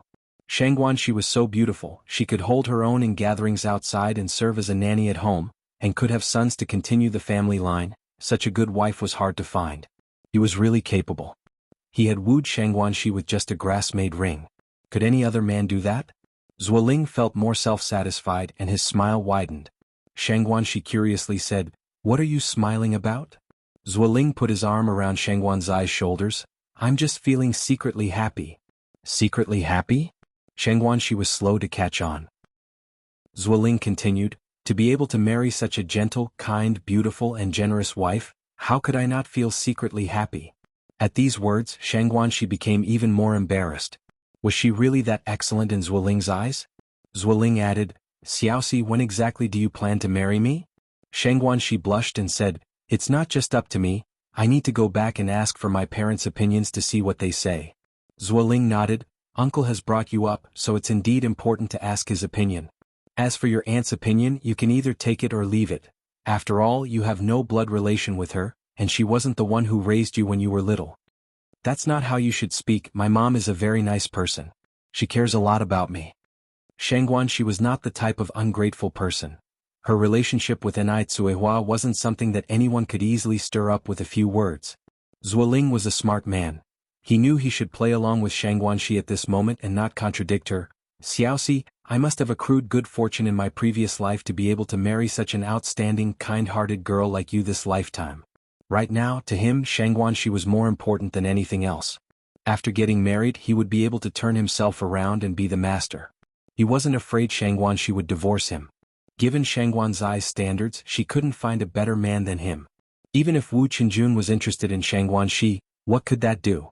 Could Wu Qinjun accept a woman who had been with someone else, a second-hand one? He figured Shang Guanxi wouldn't have the guts to divorce him. Shang Guanxi couldn't read minds, nor did she know what Zuoling was thinking, simply taking Zuoling's words for heartfelt sincerity. "Zuoling, don't say that. I have many flaws too." Zuoling said, "It doesn't matter. I can accept all of your flaws." After a while, the car reached its station. Zuoling dropped Shang Guanxi off at the entrance of the village before taking the bus back. When he arrived home, Zuoling told his parents about his proposal. Hearing this, his mother, agitated, stood up and slammed the table. "No way. I don't agree. You have to agree because I already proposed. Xiaoxi has even accepted," Zuoling said. His mother, overwhelmed with anger and her heart pounding violently, said, "Foolish. Ling Ling, you're so foolish. That Shangguan she has neither looks nor family background. She is not worthy of you. Her son was a dragon among men. In ancient times, he could have married a princess or become a son-in-law to the emperor. What was Shangguan she? She wasn't even comparable to a sparrow. Zuoling firmly stated, I'm going to marry Xiaoxi no matter what. I like Xiaoxi. Although her family background isn't great, she's educated, good-looking, and presentable. Saying this, Zuoling casually picked up a fruit knife and placed it against his neck. Mom and Dad, if you don't let me marry Xiaoxi today, it'll end my life. Seeing Zuoling with the fruit knife terrified his parents. They knew Zuoling was the Zuo family's only bloodline, their lifeblood. Without Zuoling, what would be the point of their existence? Ling Ling Ling Ling, calm down, don't hurt yourself, his mother said anxiously. Give the knife to Mom quickly, be good Ling Ling. Zuoling stepped back. Mom, don't come any closer. Unless you agree to let me marry Xiaoxi, I'll die right here before your eyes. Zuoling's father turned pale with fear. Ling Ling, my heart's joy, please put the knife down. Given the situation, his mother had no choice but to nod in agreement. Fine. I agree. I'll agree. She had underestimated Shangguan Shi. She was a sly temptress. Look how she had bewitched her son. Such a person deserved no good end. In her mind, his mother cursed Shangguan Shi 1,000 times over. Zuoling excitedly said, Mom, you really agree? Really?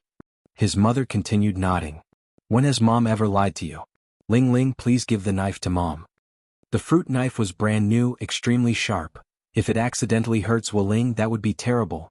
That wretch Shangguan Shi would go to the 18th level of hell. Mom, you really aren't deceiving me? Zuoling was somewhat incredulous. Ling Ling, rest assured, Mom is not deceiving you, his mother said fervently. Zuoling then said, Mom, then swear to me if you're lying, your son should never have a good death. Hearing this, his mother's brow twitched. The silly child. To joke about his own life for a woman. Damn wretch. Sly temptress. You declare it. Zuoling urged, implying strongly that if his mother didn't swear, he was ready to take his own life. Swear now. Zuoling's father also urged his mother. Are you going to just watch Ling Ling hurt himself? If you find any errors, ads pop up, ads redirect, broken links, non-standard content, etc. Please let us know reports so we can fix it as soon as possible. Chapter 1036. A saying comes true at this point, mothers will grudgingly raise 3 fingers. Fine, I swear. Seeing his mother had sworn the oath, Zuoling then handed the knife to her. Taking the fruit knife, mothers felt a sigh of relief. Zuoling continued, Mom, don't worry, Xiaoxi is a very good girl. She will take good care of you and Dad in the future. Mothers sighed, what's the use of being filial? She can't even give birth to a son. Our Zuo family will be ruined by that woman. And who knows whether she's genuinely filial or just pretending. How filial can someone be who's bewitched her own son into threatening his parents with his life? Mother Zuo was now seething with suppressed anger. Just wait. Once that little bitch Shangguan Shi marries into our family, shall see how we'll deal with her. Zuoling said with a smile, Mom, don't worry. After we get married, I'll have Xiaoxi quit her job to take care of you two at home, and then we can have 2 children. I guarantee every single one of them will be a boy. You guarantee? Mother Zuo looked at Zuoling, trying to suppress the fury in her heart. You talk nicely, but what can you guarantee with? You must have been bewitched by that woman. It's not like you can just say it and it happens.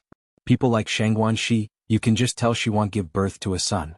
Zuoling said with a smile, nowadays with the advancement of science and technology, as long as one is 5 months pregnant, you can find out the gender of the baby. When Xiaoxi is pregnant, well, go to the hospital to check. If it's a girl, we just abort it, right? In the 1980s, ultrasound was popular due to family planning reasons, and many families would go to unlicensed clinics to check the gender of the fetus during pregnancy. If it was a girl, they would abort it. If a boy, they would keep it. This laid a severe foreshadowing for the unbalanced gender ratio in later generations. Why would the dowry prices skyrocket in the future? Because there are fewer and fewer girls and more boys. Hearing this, Mother Zuo's eyes lit up. Really? Zuoling nodded. Would I lie to you? Mother Zuo asked, how do you know this? Our co-worker Xiao Sun just ended up with a big fat boy. Didn't his wife first give birth to a little girl? I heard they aborted 5 times before finally having a boy. They had a son, but the daughter-in-law's health was destroyed. But compared to a son, what's a daughter-in-law worth? If a woman divorces, she won't have a good reputation, but if a man's wife dies, he can still remarry. Mother Zhuo was still a bit uneasy. Are you so certain that Shang Guanxi will agree to the abortion? Zhuo Ling said with a smile. Once she's married into the Zhuo family, she'll belong to our household, and by then she won't have a say in the matter. That's also true. Mother Zhuo nodded in satisfaction. As she finished speaking, Mother Zhuo continued, it's just that her family background is somewhat inferior. Honestly, I think Lai Bao is better. That kid Lai Bao. Mother Zhuo hadn't finished her sentence before Zhuo Ling interrupted her. Mom, please don't bring up that Chen Lai Bao again. Looking at someone like that just annoys me. And going back to my room to rest. Mother Zhuo watched Zhuo Ling's retreating back inside. All right, don't be angry, Father Zhuo said. I think Ling Ling has gotten quite thinner these days. Don't we still have bird's nest at home? Go stew some to nourish him. Compared to getting angry, of course, their son's health was more important. Mother Zhuo hurried to the kitchen to stew bird's nest. At the Ni family. During dinner, Shang Guanxi announced to her family the news of Zhuo Ling's marriage proposal. Upon hearing this, there was a silence at the dinner table. Ni Cuehua looked at Shang Guanxi in surprise. Xiaoxi, you agreed? Shang Guanxi nodded. I think Zhuo Ling is a very good young man, so I agreed. She had not agreed to Zhuo Ling impulsively. She and Zhuo Ling had 3 years of emotional foundation, and now agreeing to the marriage proposal felt natural. Ni Yang looked up at Shang Guanxi. Sister Xiaoxi, with what did Zhuo Ling propose to you? Ni Yang was a bit afraid that Zhuo Ling had been a freeloader. Of course, a proposal can't be without a ring, Shang Guanxi replied. This answer was indeed beyond Ni Yang's expectation. It seemed that Zhuo Ling's character wasn't as bad as she had imagined. At least he used a ring to propose. She was really afraid that Zhuo Ling couldn't escape the nature of a scumbag and would resort to freeloading. What kind of ring is it? Show us, old lady Shangguan said somewhat discontentedly. Shangguan, she said with a smile, a very unique ring. Shangguan, she was not a materialistic girl to begin with, and she hadn't suffered when she was younger. She thought that the straw ring given by Zhuo Ling embodied the love mentioned in books. If you find any errors, ads pop up, ads redirect, broken links, non-standard content, etc. Please let us know reports so we can fix it as soon as possible. Chapter 1037. A saying comes true _2. Unique? This statement really whetted everyone's appetite. Shangguan Su looked at Shangguan Shi. Could it be a pigeon's egg? Bigger than the one Dad gave Mom? When Shangguan Dehui proposed to Ni Cuehua, he did buy a sizable diamond ring. Shangguan Shi said speechlessly, Brother, you're so tacky. As she finished speaking, Shangguan Shi took out a ring woven from wild grass from her pocket. This is the engagement ring Zhuo Ling gave me. Upon seeing this, Shangguan Su almost spat out the soup he had just swallowed. A ring made of grass. No one expected Zhuo Ling's engagement ring to be a grass-woven ring. Even Ni Yang was taken aback. She had thought that Zhuo Ling wasn't someone to bluff his way through, but it turned out he couldn't escape his scoundrel nature. Given Zhuo Ling's family background, even if he couldn't afford a pigeon's egg, he should have at least bought one made of gold. After all, Zhuo Ling was a minor official with a monthly salary of over 100 yuan. With the current cheap gold prices, 2 months' salary was enough to buy a very respectable gold ring. But Zhuo Ling didn't. This showed that Zhuo Ling didn't take Shangguan Shi to heart at all. He was deceiving Shangguan Shi, perhaps he just wanted to trick her into his grasp. Such a trifle fooled you? Shangguan Su picked up the ring in Shangguan Zai's hand, his face filled with incredulous laughter. Shangguan Shi seriously said, Perhaps in your eyes, this is just worthless wild grass, but to me, it represents Zhuo Ling's true heart. His sincerity is priceless. Zhuo Ling's sincerity couldn't be measured with money. Ni Yang nodded slightly. Yeah, true love is priceless, I agree with Sister Xiaoxi. Yang? Ni Cuehua looked at Ni Yang in surprise. Shangguan Shi smiled and said, Yang, you understand me. Ni Yang held a high status in the family, and with her approval, Shangguan Shi felt much more confident. But Sister Xiaoxi, the phrase true love is priceless also depends on the situation, Ni Yang continued. For instance, if someone comes from a poor background and has only 1 yuan but gives it all to you, and would do anything for you, that is true love. But if someone obviously has 100 yuan and isn't even willing to give you one, that's not true love. That's just taking advantage of you. In Ni Yang's eyes, family background wasn't the issue. What mattered was character. As long as the Zhuo family had good character and Zhuo Ling was truly sincere towards Shangguan Shi, everything else wasn't a problem. But now, Zhuo Ling was merely putting on an act for Shangguan Shi. Hearing this, Shangguan Shi was stunned. She had been immersed in love and had never considered this issue. Could it be that Zueling was really just acting? It surely wasn't. Shengguan Dehui nodded. I think Yang Yang is right. Xiaoxi, it's clear from this proposal issue that Zueling is not sincere towards you. Old Lady Shengguan also nodded in agreement. I also think Yang Yang is right. Zueling is just trying to take advantage of you, who uses a grass-woven ring for a proposal. You guys aren't playing house as kids. What era is this to use a blade of grass to take a wife? Even decades ago this wasn't done. Old Lady Zheng added, Xiaoxi, you're not married yet and Zueling is already daring to deceive you like this. What will happen after marriage? Will he still regard you as a person? Shengguanxi fell silent, not saying a word. Shengguanxi, snap out of it. Don't let love blind you. That pretty boy Zueling is not worthy of my sister. Shengguansu flicked Shengguanzai's forehead. Shengguanzai's originally delightful mood was now washed away, leaving her somewhat depressed as she poked at the rice in her bowl. Saying less is more, as saying too much can backfire. Seeing Shengguanxi like this, everyone else fell silent. It was just a precautionary shot for Shengguanxi to brace herself mentally, so she wouldn't be overwhelmed by the truth when it came out. Meanwhile, at the Zhuo family's home, Mother Zhuo brought Zueling a bowl of bird's nest soup. Zueling sat up from his bed. Mom, where did this bird's nest come from? Their family was decently off, but bird's nest was still a bit extravagant. It was given by Lai Bao a few days ago, Mother Zhuo said. I just finished cooking it, eat it while it's hot. Zueling received the bowl with both hands and tasted it. It's quite fragrant. Could bird's nest not be fragrant? Mother Zhuo continued, I tell you, Lai Bao is a good girl, her family has money, and her parents are still young, they can earn for many more years. If she marries into our family, not to mention bird's nest, even if you wanted dragon meat from the heavens, Lai Bao would find a way to buy it for you. Look at what Shengguanxi brought last time she visited our home. Was she even half as sensible as Lai Bao? Bringing such cheap things on her first visit. How did her parents even raise her? Upon hearing this, Zueling placed the bowl on the bedstand. I am eating. Can't you give it a rest? Blabbering on, it's so annoying.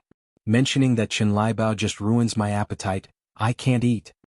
Mother Zhuo, looking anxious, said, All right, I won't speak of it anymore, just eat.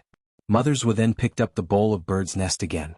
After Zueling finished the bird's nest, Mother Zhuo added, Did I hear that you proposed to Shengguanxi? How did you propose? You didn't borrow money from someone, did you? Where would Zueling get money for an engagement ring since he handed over his monthly salary to her? Zueling laughed. Don't worry, your son is so outstanding, I didn't need a ring to propose, I won Shengguanxi over with just a wildflower. Really? Mother Zhuo looked incredulous. Absolutely. Zueling boasted proudly, you should see who your son is. Mother Zhuo spoke again. That's true, thinking about Shengguanzai's situation, she must be dying to pay you instead. Getting a wildflower from you is already good enough. How could she even dream of anything else? Not to mention Chen Lai Bao, the Chen family circumstances are certainly not poor, and yet Chen Lai Bao is still looking to win over Zueling. Who would blame her son for being competent? If Shengguanxi was capable, she'd have men paying her instead. Zueling then asked, By the way, Mom, where did you store the leftover bird's nest? I placed it on the cabinet. Okay. Zueling nodded. The next morning, while Mother and Father Zhuo were out for a walk, Zueling secretly packed the remaining bird's nest into his bag and took it with him. Due to last night's ordeal, Shengguanxi hadn't slept well and looked rather worn out by morning. During lunch, Zueling asked with concern, Xiaoxi, what's wrong? Didn't you sleep well last night? Shengguanxi shook her head. It's nothing. Zueling held Shengguanzai's hand and continued, By the way, Xiaoxi, have you told your uncle and aunt about us yet? Shengguanxi shook her head. Not yet, I think it's too soon. We've only just met the parents, should we rush into marriage? Shengguanxi was very hesitant. She really liked Zueling, but she feared he was just appeasing her. What would she do if everyone's words turned out to be prophetic? Xiaoxi, we've known each other for 3 years. Don't you trust me yet? Or has someone been setting you against me? I hate to say it, but your family situation is really complicated, with stepmothers, stepsisters, and 2 elderly folks unrelated to you by blood. Xiaoxi, you're so kind, I worry they might deceive you. No one's stirring anything up, I just think it's too soon. They are all my family, they wouldn't deceive me. Shengguanxi never considered Ni Cuehua and the others as strangers. Zueling sighed, Xiaoxi, you are too kind. By the way, I have something for you, guess what it is? What is it? Asked Shengguanxi.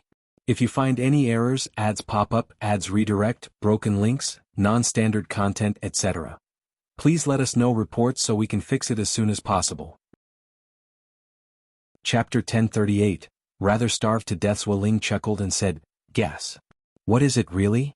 Shengguan, was very curious. Could it be that Zuoling had bought her a ring? Zuoling took out the box he had prepared earlier. Seeing what was inside the box, Shengguan was stunned for a moment. Bird's nest. Zuoling nodded. Yes, it's bird's nest. Bird's nest is a great thing, especially good for girls.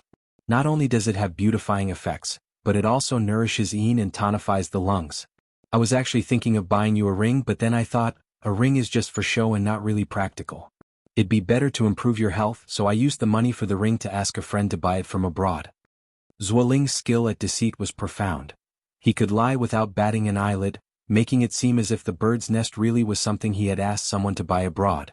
He seemed to have completely forgotten who the real owner of this bird's nest was. Really? Shengguan was taken aback for a moment, not knowing quite how to feel. Last night, she hadn't slept at all because of the ring, and now it turned out that things weren't at all what she had imagined. So Zuoling had her best interests at heart. She had misunderstood Zuoling. For a moment, the look Shengguan gave Zuoling was filled with guilt. She felt she really owed Zuoling an apology. Zuoling was so good to her, yet she had doubted him. Zuoling smiled and said, I specially bought it for you, how could it be fake? Thank you, Zuoling. Shengguan's eyes reddened slightly as she embraced Zuoling. Silly girl, there's no need to be polite with me. Zuoling felt very pleased with himself. Over at the Zuo family, Zuo's mother was chatting with the neighbors about Zuoling's marriage proposal. Your Ling Ling must have spent quite a bit of money on the proposal, right? When my son proposed, he spent over 200 yuan on a ring, and that doesn't even include the bride price. Upon this topic, Zuo's mother's face beamed with pride. Not at all, our Ling Ling didn't spend a penny. Really? Everyone expressed their doubts. Zuo's mother continued, would I lie to you? The girl really likes our Ling Ling, she virtually wants to pay dowry to us. How could she dare to let our Ling Ling spend a penny? What if our Ling Ling doesn't want her anymore? As these words were spoken, who wouldn't envy Zuo's mother? How could she be so capable? To have such an outstanding son. Is Ling Ling's girlfriend the one who came last time? The tall, thin one? Yes. Zuo's mother nodded. That's her. Aunt Wu, you've seen her, right? I saw her last time she came over. The girl is very pretty. In her heart, Aunt Wu thought that while the girl was pretty, she seemed a bit simple-minded. Otherwise, why would she fall for Zuoling? Zuo's mother's smile was so broad it nearly stretched ear to ear. What's the use of being pretty? To tell you the truth, I actually prefer Qin Lai Bao. Speak of the devil and he shall appear. Mama Ling, look who's coming. Aunt Wu pointed in the direction of the street corner. Zuo's mother turned her head to look, only to see the person walking towards them, laden with large and small packages, was none other than Qin Lai Bao. I won't keep you, I need to greet our future daughter-in-law. Zuo's mother deliberately raised her voice when she said future daughter-in-law, because only in this way could Qin Lai Bao hear her. Qin Lai Bao did hear her and was delighted, which motivated her to carry the parcels to the Zuo family's home. Auntie. Qin Lai Bao was truly very plump, to the point that Zuo's mother seemed almost non-existent next to her. Even a slight stomp of her foot gave the sensation of an earthquake. Zuo's mother kindly said, Lai Bao has come. Don't tire yourself, let Auntie carry those for you. Beads of sweat pooled on Qin Lai Bao's forehead as she panted heavily. No need, Auntie. I can carry them myself. They're too heavy for you to lift. Zuo's mother said, You're such a dutiful child, always bringing so many things whenever you come over. Your parents are so blessed to have such a good daughter like you.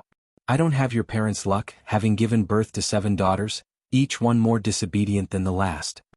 Despite her weight, Qin Lai Bao was no fool. She knew Zuo's mother was only after her possessions. But she just liked Zuoling, had liked him since they were young. She was afraid that Zuo's mother wouldn't want anything, and if she truly wanted nothing, Qin Lai Bao would lose her advantage. So she and Zuo's mother each had their own agendas. Qin Lai Bao said with a smile, It's my duty to be dutiful to you. By the way, has Zuoling not come back yet? She had timed her visit with Zuoling's usual time off from work.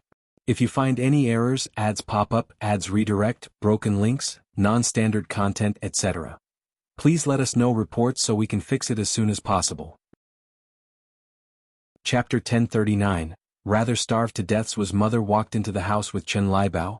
Ling Ling hasn't come back yet, you sit first, Auntie will go peel an apple for you to eat. Thank you, Auntie. Qin Lai Bao put the gift she had brought to one side. After a while Zuoling returned. When he saw Chen Liebao sitting on the sofa, his face changed. How did you get here? He didn't even want to bother giving Chen Liebao lip service. But Chen Liebao didn't mind Zuoling's attitude at all, stood up and said, Zuoling, you're back. Look what I brought you, a gift. This is a men's shirt I had my cousin bring back from abroad, and this, a Longines watch. I've heard many people like this watch these days. That watch, it seemed pretty nice, and as far as he knew, it was worth quite a bit of money. If he wore it to work, he would definitely look impressive. Not a single man doesn't love watches. The anger on Zuoling's face disappeared all at once. Chen Liebao observed the expression on Zuoling's face and carefully said, Shall I put it on for you? Zuoling didn't refuse Chen Liebao. Chen Liebao was overjoyed, immediately helped Zuoling put on the watch. Look how good this watch looks. By the way, I bought a women's one for Auntie too. Really?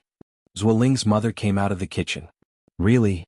Chen Liebao took out another watch box from her bag. Auntie, this is for you. Zuo's mother was delighted. Liebao, what do you want to eat tonight? Auntie will cook it for you. Chen Liebao said with subtlety, Anything Auntie cooks, I love to eat. Auntie, let me help you cook too. Zuo's mother refused. No need, you just sit in the living room and chat with Lingling, Auntie can handle it. Chen Liebao continued, By the way, Auntie, where is your nanny? Zuo's mother said, She said there was something urgent back home and asked for leave a few days ago. Chen Liebao nodded, Oh, I see. Normally, Zuoling would certainly not be willing to sit on the sofa and chat with Chen Liebao, this pigsy, but today was different. After all, he had just accepted Chen Liebao's watch. What if Chen Liebao got upset and regretted giving it? A true man can be flexible. What TV do you want to watch?